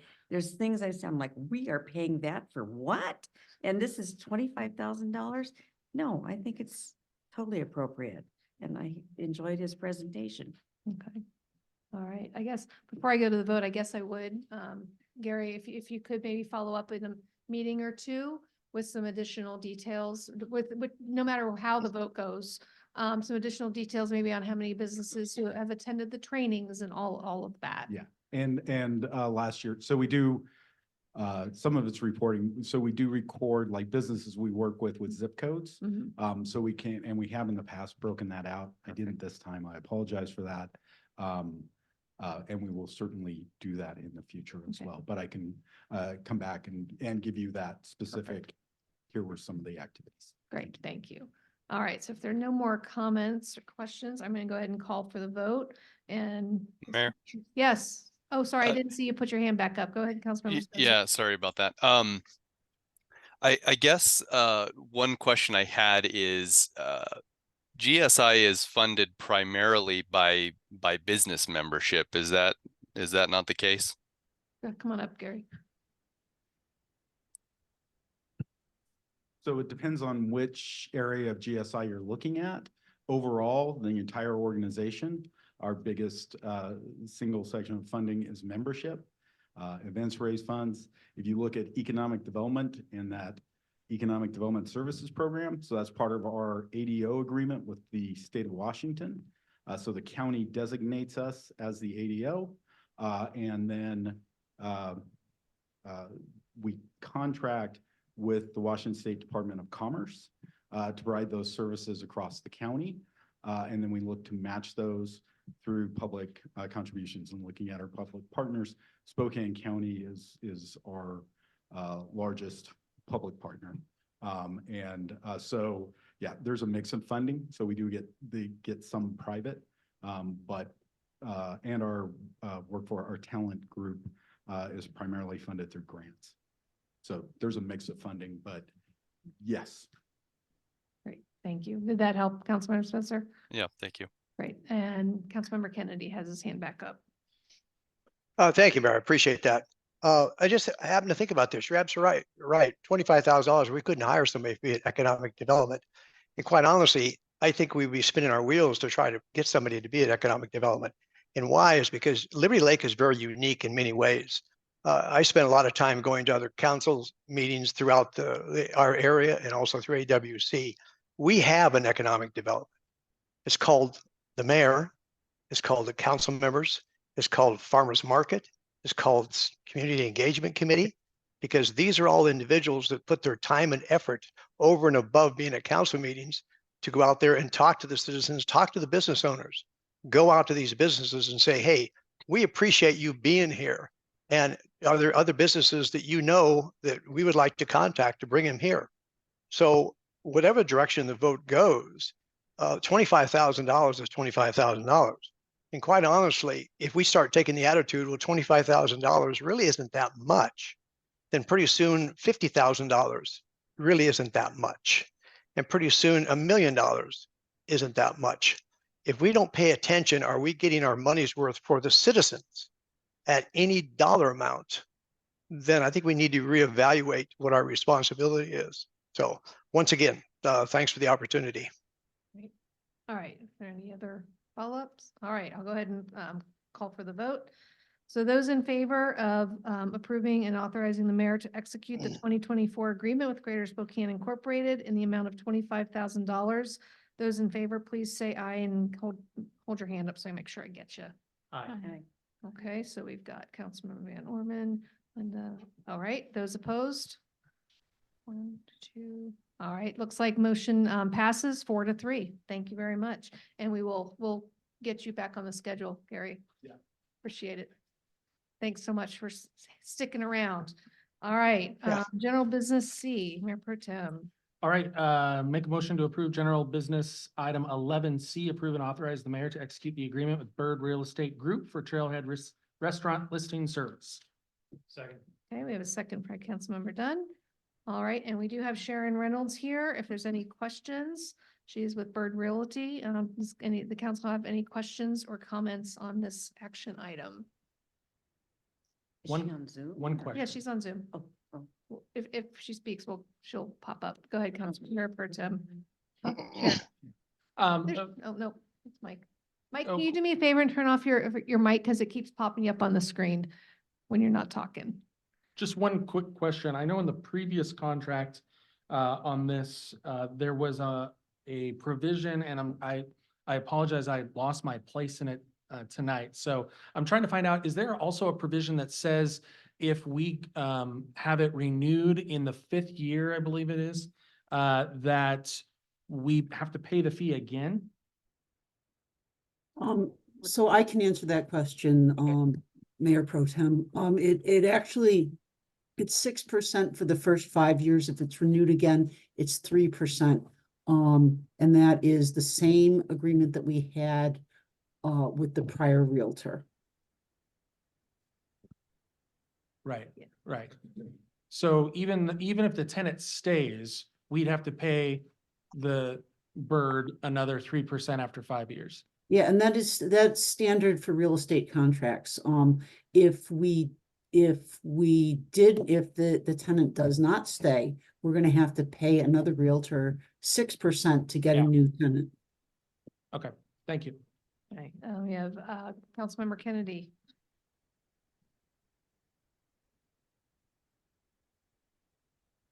If the tenant doesn't stay, I don't have a challenge paying another 6% to get somebody else in there. What I do have a challenge with is paying 3%, that if we have a tenant in there, we have 100% contact with that tenant. We build a relationship. And if they've spent the money to go in there, the likelihood of wanting to renew after 5 years is pretty strong. And I'm not in favor of having to pay any percentage for a realtor company if we do all the work at the end of 5 years and somebody says, hey, I want to stay here, just to put that out there. Whatever the dollar amount is, it still comes out of the pockets of the citizens. Now, a couple of years ago, when we first looked at this issue came up. And if I remember correctly, it was removed. Correct me if I'm wrong, but I believe it was removed that we would not be paying that at one point. That is not correct. It was part of the contract. These Right. are the exact same terms, and more often than not, you see 6% and then 6% for the 5-year renewal. So we did negotiate this to be at the same level as the last contract. Right. Well, once again, I have no challenge paying the 6% for them finding somebody. But if it's going to be an automatic renewal at the end of 5 years, I'm not in favor of the citizens paying again. It doesn't make financial sense to me. Thank you. Any other comments? Councilmember Ball. Oh, okay, I have a question. I didn't know there was basement space, that was included with this. What if they don't want the basement? Can they just lease the upstairs? Lisa. It would be very, Basement space is storage only.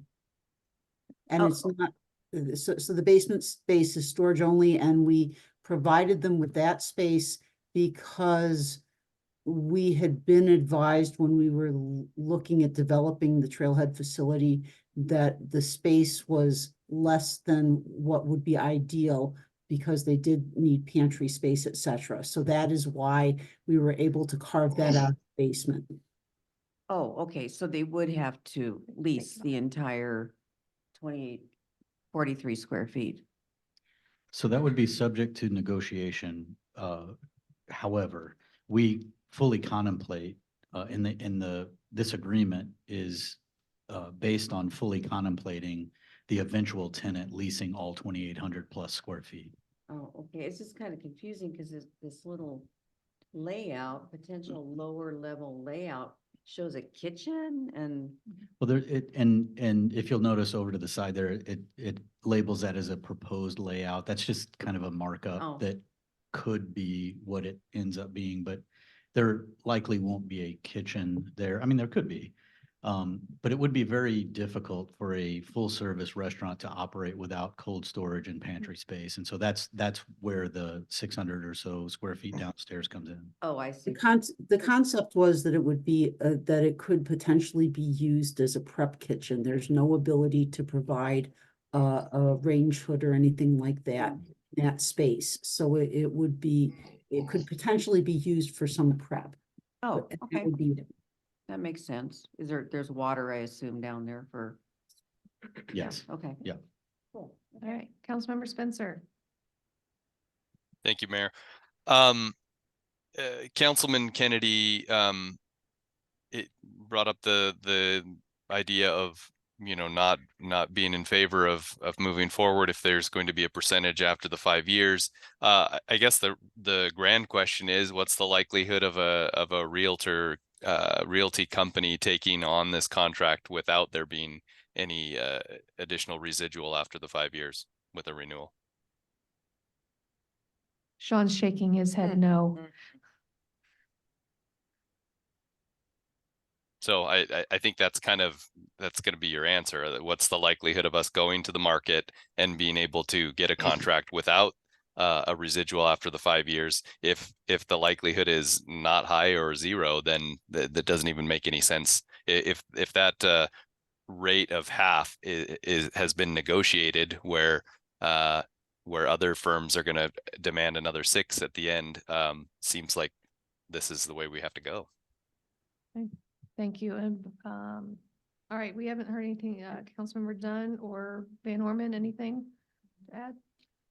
I support the agreement and I look forward to securing a restaurant in our new property. All right. I just with have one Councilmember question. Ball, go You've ahead. worked with Bird before, correct? Or, yeah.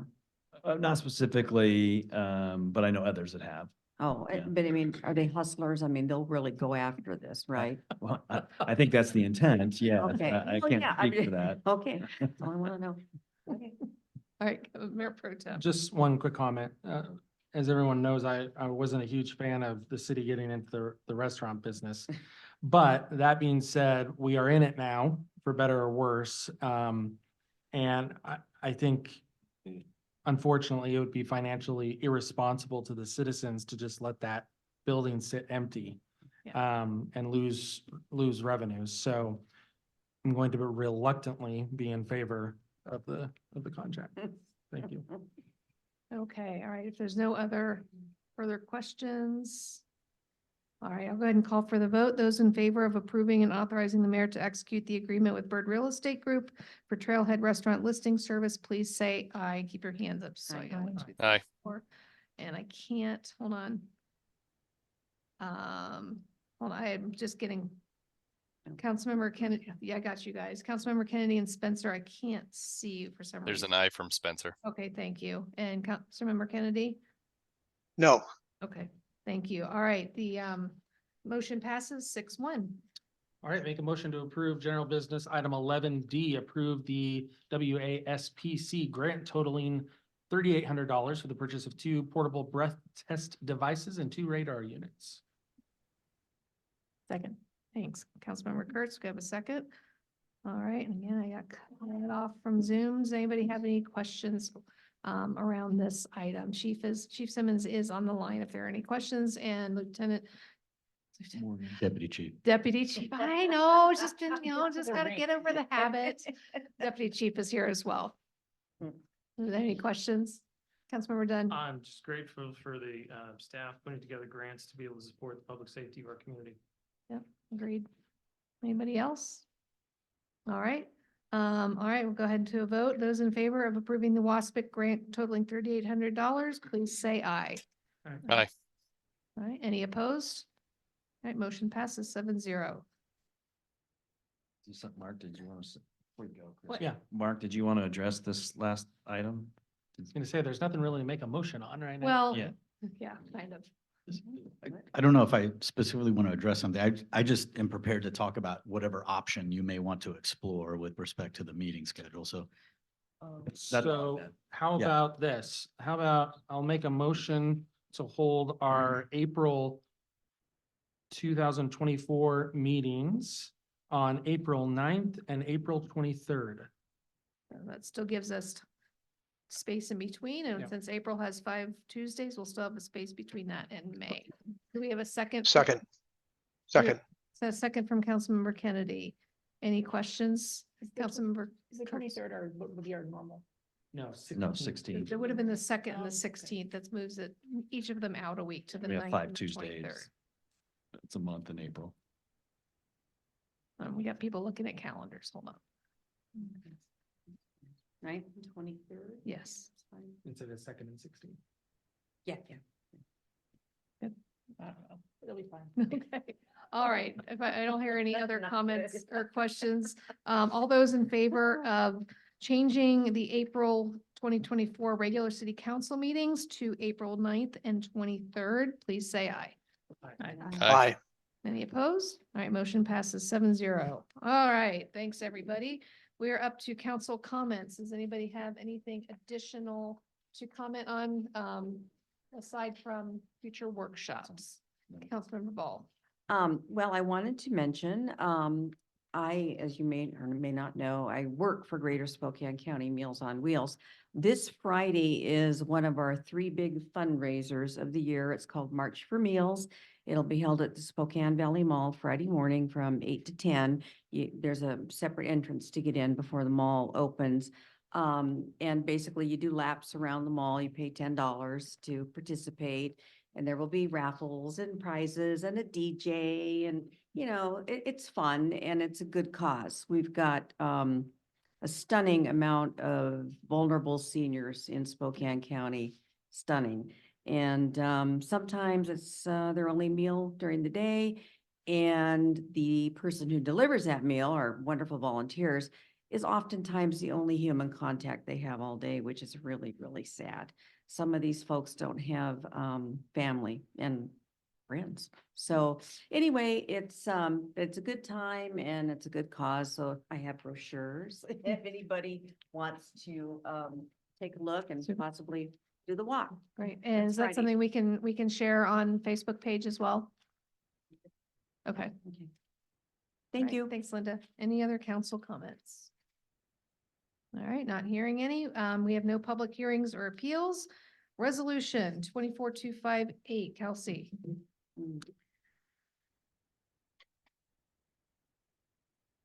Resolution number 24-258, a resolution providing for the disposal of certain inventory items deemed to be surplus to the reasonable foreseeable needs of the city of Liberty Lake, Washington. Thank you. We have a motion.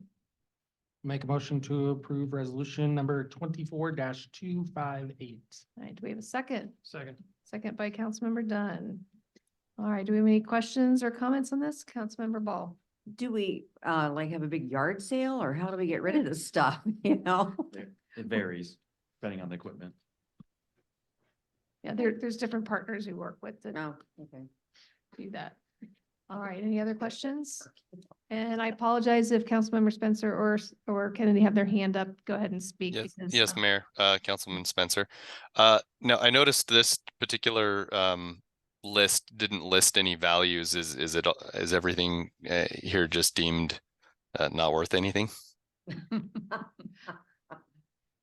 I'm still logging back into Zoom. Is there, Mark, would you like to take that or somebody else on staff want to? Let me see if I can pull up the list here. Oh, or Jen may know. Sorry, Jen, I forgot you were on. Yep, I'm on. Okay. So I'll follow up on that, but we typically take everything to auction. Oh. So Councilmember Spencer will definitely follow up on this, but by the looks of these items, I'm guessing that there is zero value on any of these items. But we Hey, are. Ryobi has a lot of value. Come on. But we will provide the. Unless they're on their last follow-up leg. And get, even if it's zero value listing here, so we can distribute it back out to council. Thank you. All right, any other questions? All right, not hearing any. All those in favor? Oh, what? Oh, yes, resolution. We do take citizen comments on resolutions. So if we have anybody here in chambers or online who'd like to comment on our surplus resolution, please, if you're online, notify our meeting host, or if you're here in chambers, step up to the podium. Going once, going twice. I just got kicked out of Zoom again. Holy cow.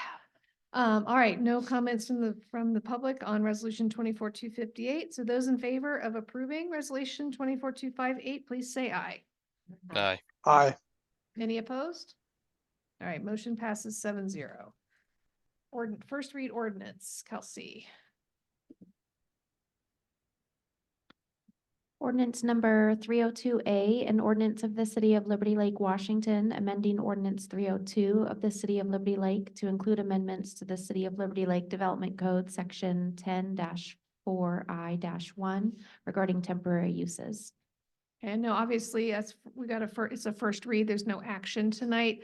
Lisa, is there any quick background you want to give on this, just for people to consider for the next meeting? Yes, so this came forward as part of the events amendments that you approved in ordinance 302. As you will recall, after we had public hearings at Planning Commission, we took on a new took on a new risk management company. And they had some recommendations, so we had to take it back to planning commission and workshop it and they approved it. We brought it back to you for the public hearing and whatnot. When we actually prepared the ordinance for this, it was over the holidays and Amy was the lead planner on this particular one, and she was on vacation, then I was on vacation, and I was preparing it before I went on vacation for the January. Anyhow, and long story long, we inadvertently left off this portion of the ordinance that was workshopped and taken to hearing with you. It just wasn't attached to it wasn't attached to the ordinance. And so we wanted to go back and amend the ordinance to make sure that we had a very clean record for the adoption. So my paperwork cleanup. apologies, human error. Okay, so paperwork cleanup on something that was already approved. Yes. Got it. Okay. All right. So we'll see that at the next meeting for the second read. All right. We have no emergency ordinances. Introduction of upcoming agenda items. For March 19th, we have, and Lisa, you've got most of these: aquifer protection, stormwater master plan. Are you still on track for March 19th for those at 6? We are indeed. Okay. And then also for the 19th, review of library funding, we had tentative, but I think we should be good to. We're go through that. ready. Yeah, we'll Okay. be ready. All right, and Councilmember Kenny, I saw your hand up. You good? You're on mute.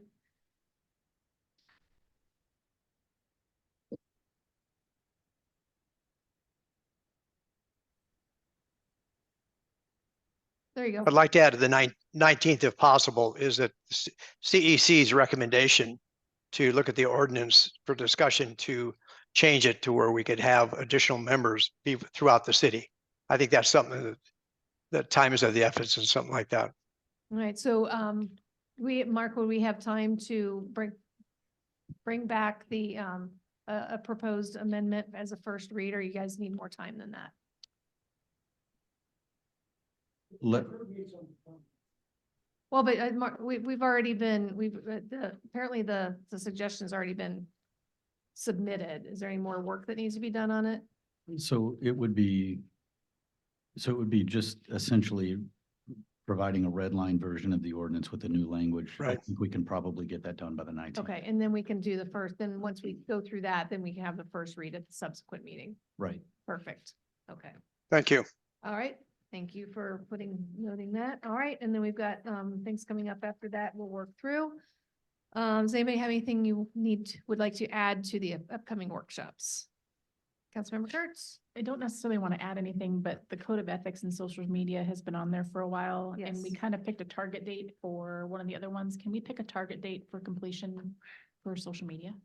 I think, Mark, I know you and Councilmember Kurtz were working that together. What are you guys thinking? So what I would say on this one is that the plan was to eat the elephant one bite at a time. And so the conversation that we had previously, and we do have a due back, would be the first bite, right? So we're gonna have to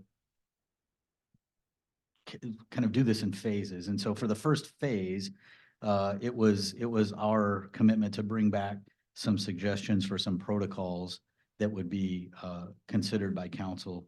And so we can do that in one of the May meetings, and then talk about looking forward to any other elements within Code of Ethics, social media that we want to tackle next. Well, we don't have anything for April. Do you want to try April?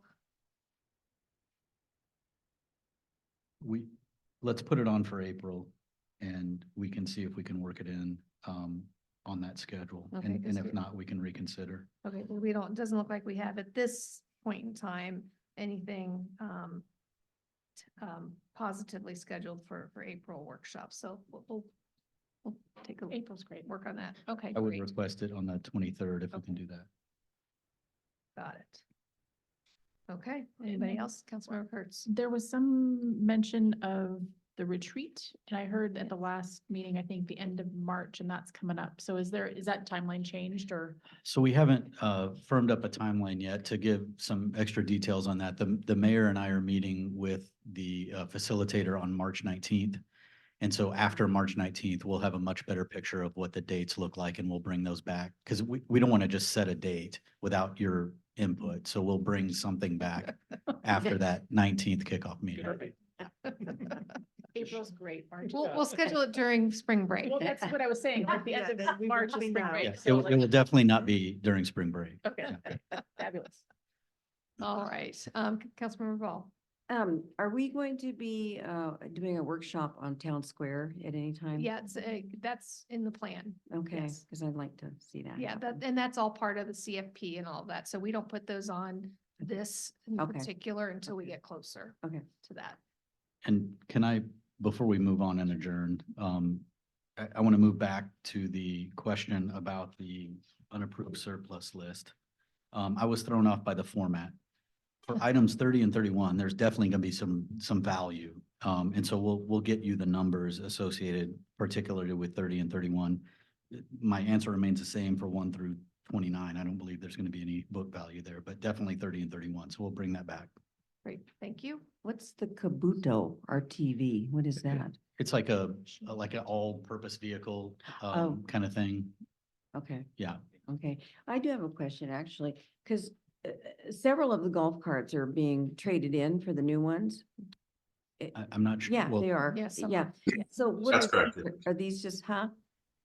That is correct. Yep, all 14 are used as the trade-in for the purchase that we approved tonight. Right, so what are these? Are they just, are these? These are the same. This is going through the process of officially surplusing, so then we can use them as a trade-in. Ah, okay. So Kyle, do you have any insight on what the value of these 14 is? I can pull it up. It's early. It's up earlier. It's in the invoice. Yeah, the trade-in value was what, 1,800? Yeah. So Let me, yeah, but I can get that for everybody here in about 2 minutes. It's So, it's in the contract. Let me look. yeah. Hold on. So, oh, that's barcode scanners. Hold on. Yeah, it's in here. I can't remember exactly what it was. It's fireworks. Tech. Sorry, still going. Why can't I find it? It looks like 1,800 a piece. Thank you. Yes, there we go. Okay, that's what I thought. Yeah, 1,800 each. So a total of 25,200. That number. Okay, all right, if there's no other questions, we will go back to citizen comments. If there's anybody still left in chambers who'd like to make an additional citizen comment. All right, got one coming. And then again, if there's somebody online who would like to make a citizen comment, please let our meeting host know in chat. Welcome back, Ms. Garcia. Thank you. Once again, thank you, Mayor Pro Tem, Council, and residents who I love. I'll try to be quick. Thank you for the clock so I don't miss this. The reason that the proposed Transparency Act, which I didn't know was coming on here, is so important to me is because some time ago, not mentioning what it was about, but some time ago, I requested information in regards to calls made in the serial meetings kind of arena. I pushed through and got a lot of information. I didn't get it in the format that I should have gotten it because many of the council members utilize their personal phone for their activities. Some don't have a business phone, if you will. In doing so, we've had a number of meetings, and certainly the attorney and I can meet later someday, soon, to talk about how those things happen. We have Councilmember Cargill reaching out to Councilmember Foyer, and then Councilmember Foyer reaches out to Councilmember Spencer. And then they do this for a couple of days, and then they might reach out to Councilmember Van Orman, who may reach out later because they weren't there to get the first call. Some of these calls may have been conference calls, and some are individuals. I call you, you call me, she calls him, we call them. We have proof positive of that. I hate to be the one that always finds these little rabbits in the hole, but after almost 45 years of this being my business, it's impossible to avoid seeing it. It hurts. It's shameful. This has happened a number of times with the city since I got here in 2015. And each time, all that I say is, I just want better government. I don't want to turn you in so everybody sees, oh my God, look at Liberty Lakes. I just want you to get better. Be better public servants. You need a code of ethics that has teeth. You need a commission on ethics. You need to sign affidavits when you refuse to take city government phones. You need to sign affidavits that say, I will not use my personal phone to call Jill, and Jill called John, and John called Susie. It all comes back. The truth is always revealed at some point. It's just amazing that we can't get there.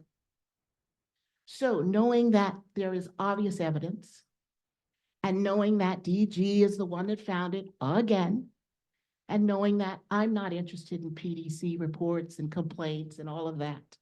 I'm just wanting each of you, all of you, to do better all the time, every time. Please allow me 2 minutes extra if you can. Please, let's do this. Let's do this for the city. Let's become the premier city on the hill that stands out for government. I'm helping you get there. Help me. Thank you. Thank you. Appreciate it. All right, we do have one more. All right, Rose Noble, I'll welcome be back. really quick. I won't take my full time. I just wanted to say thank you very much for signing the contract to move forward with us. I am really excited to get to know you all more individually, and I'm always open to go through a deep dive like Gary did with GSI on all the things we do. I knew I had limited time tonight, and it's my understanding you do want more specific Liberty Lake case studies, which I'm happy to do. So thank you, Mayor Chris, for your support. And I look forward to meeting you all and having a great year moving forward. Thanks. All right, thank you. All right, do we have anybody online looking to make a citizen comment?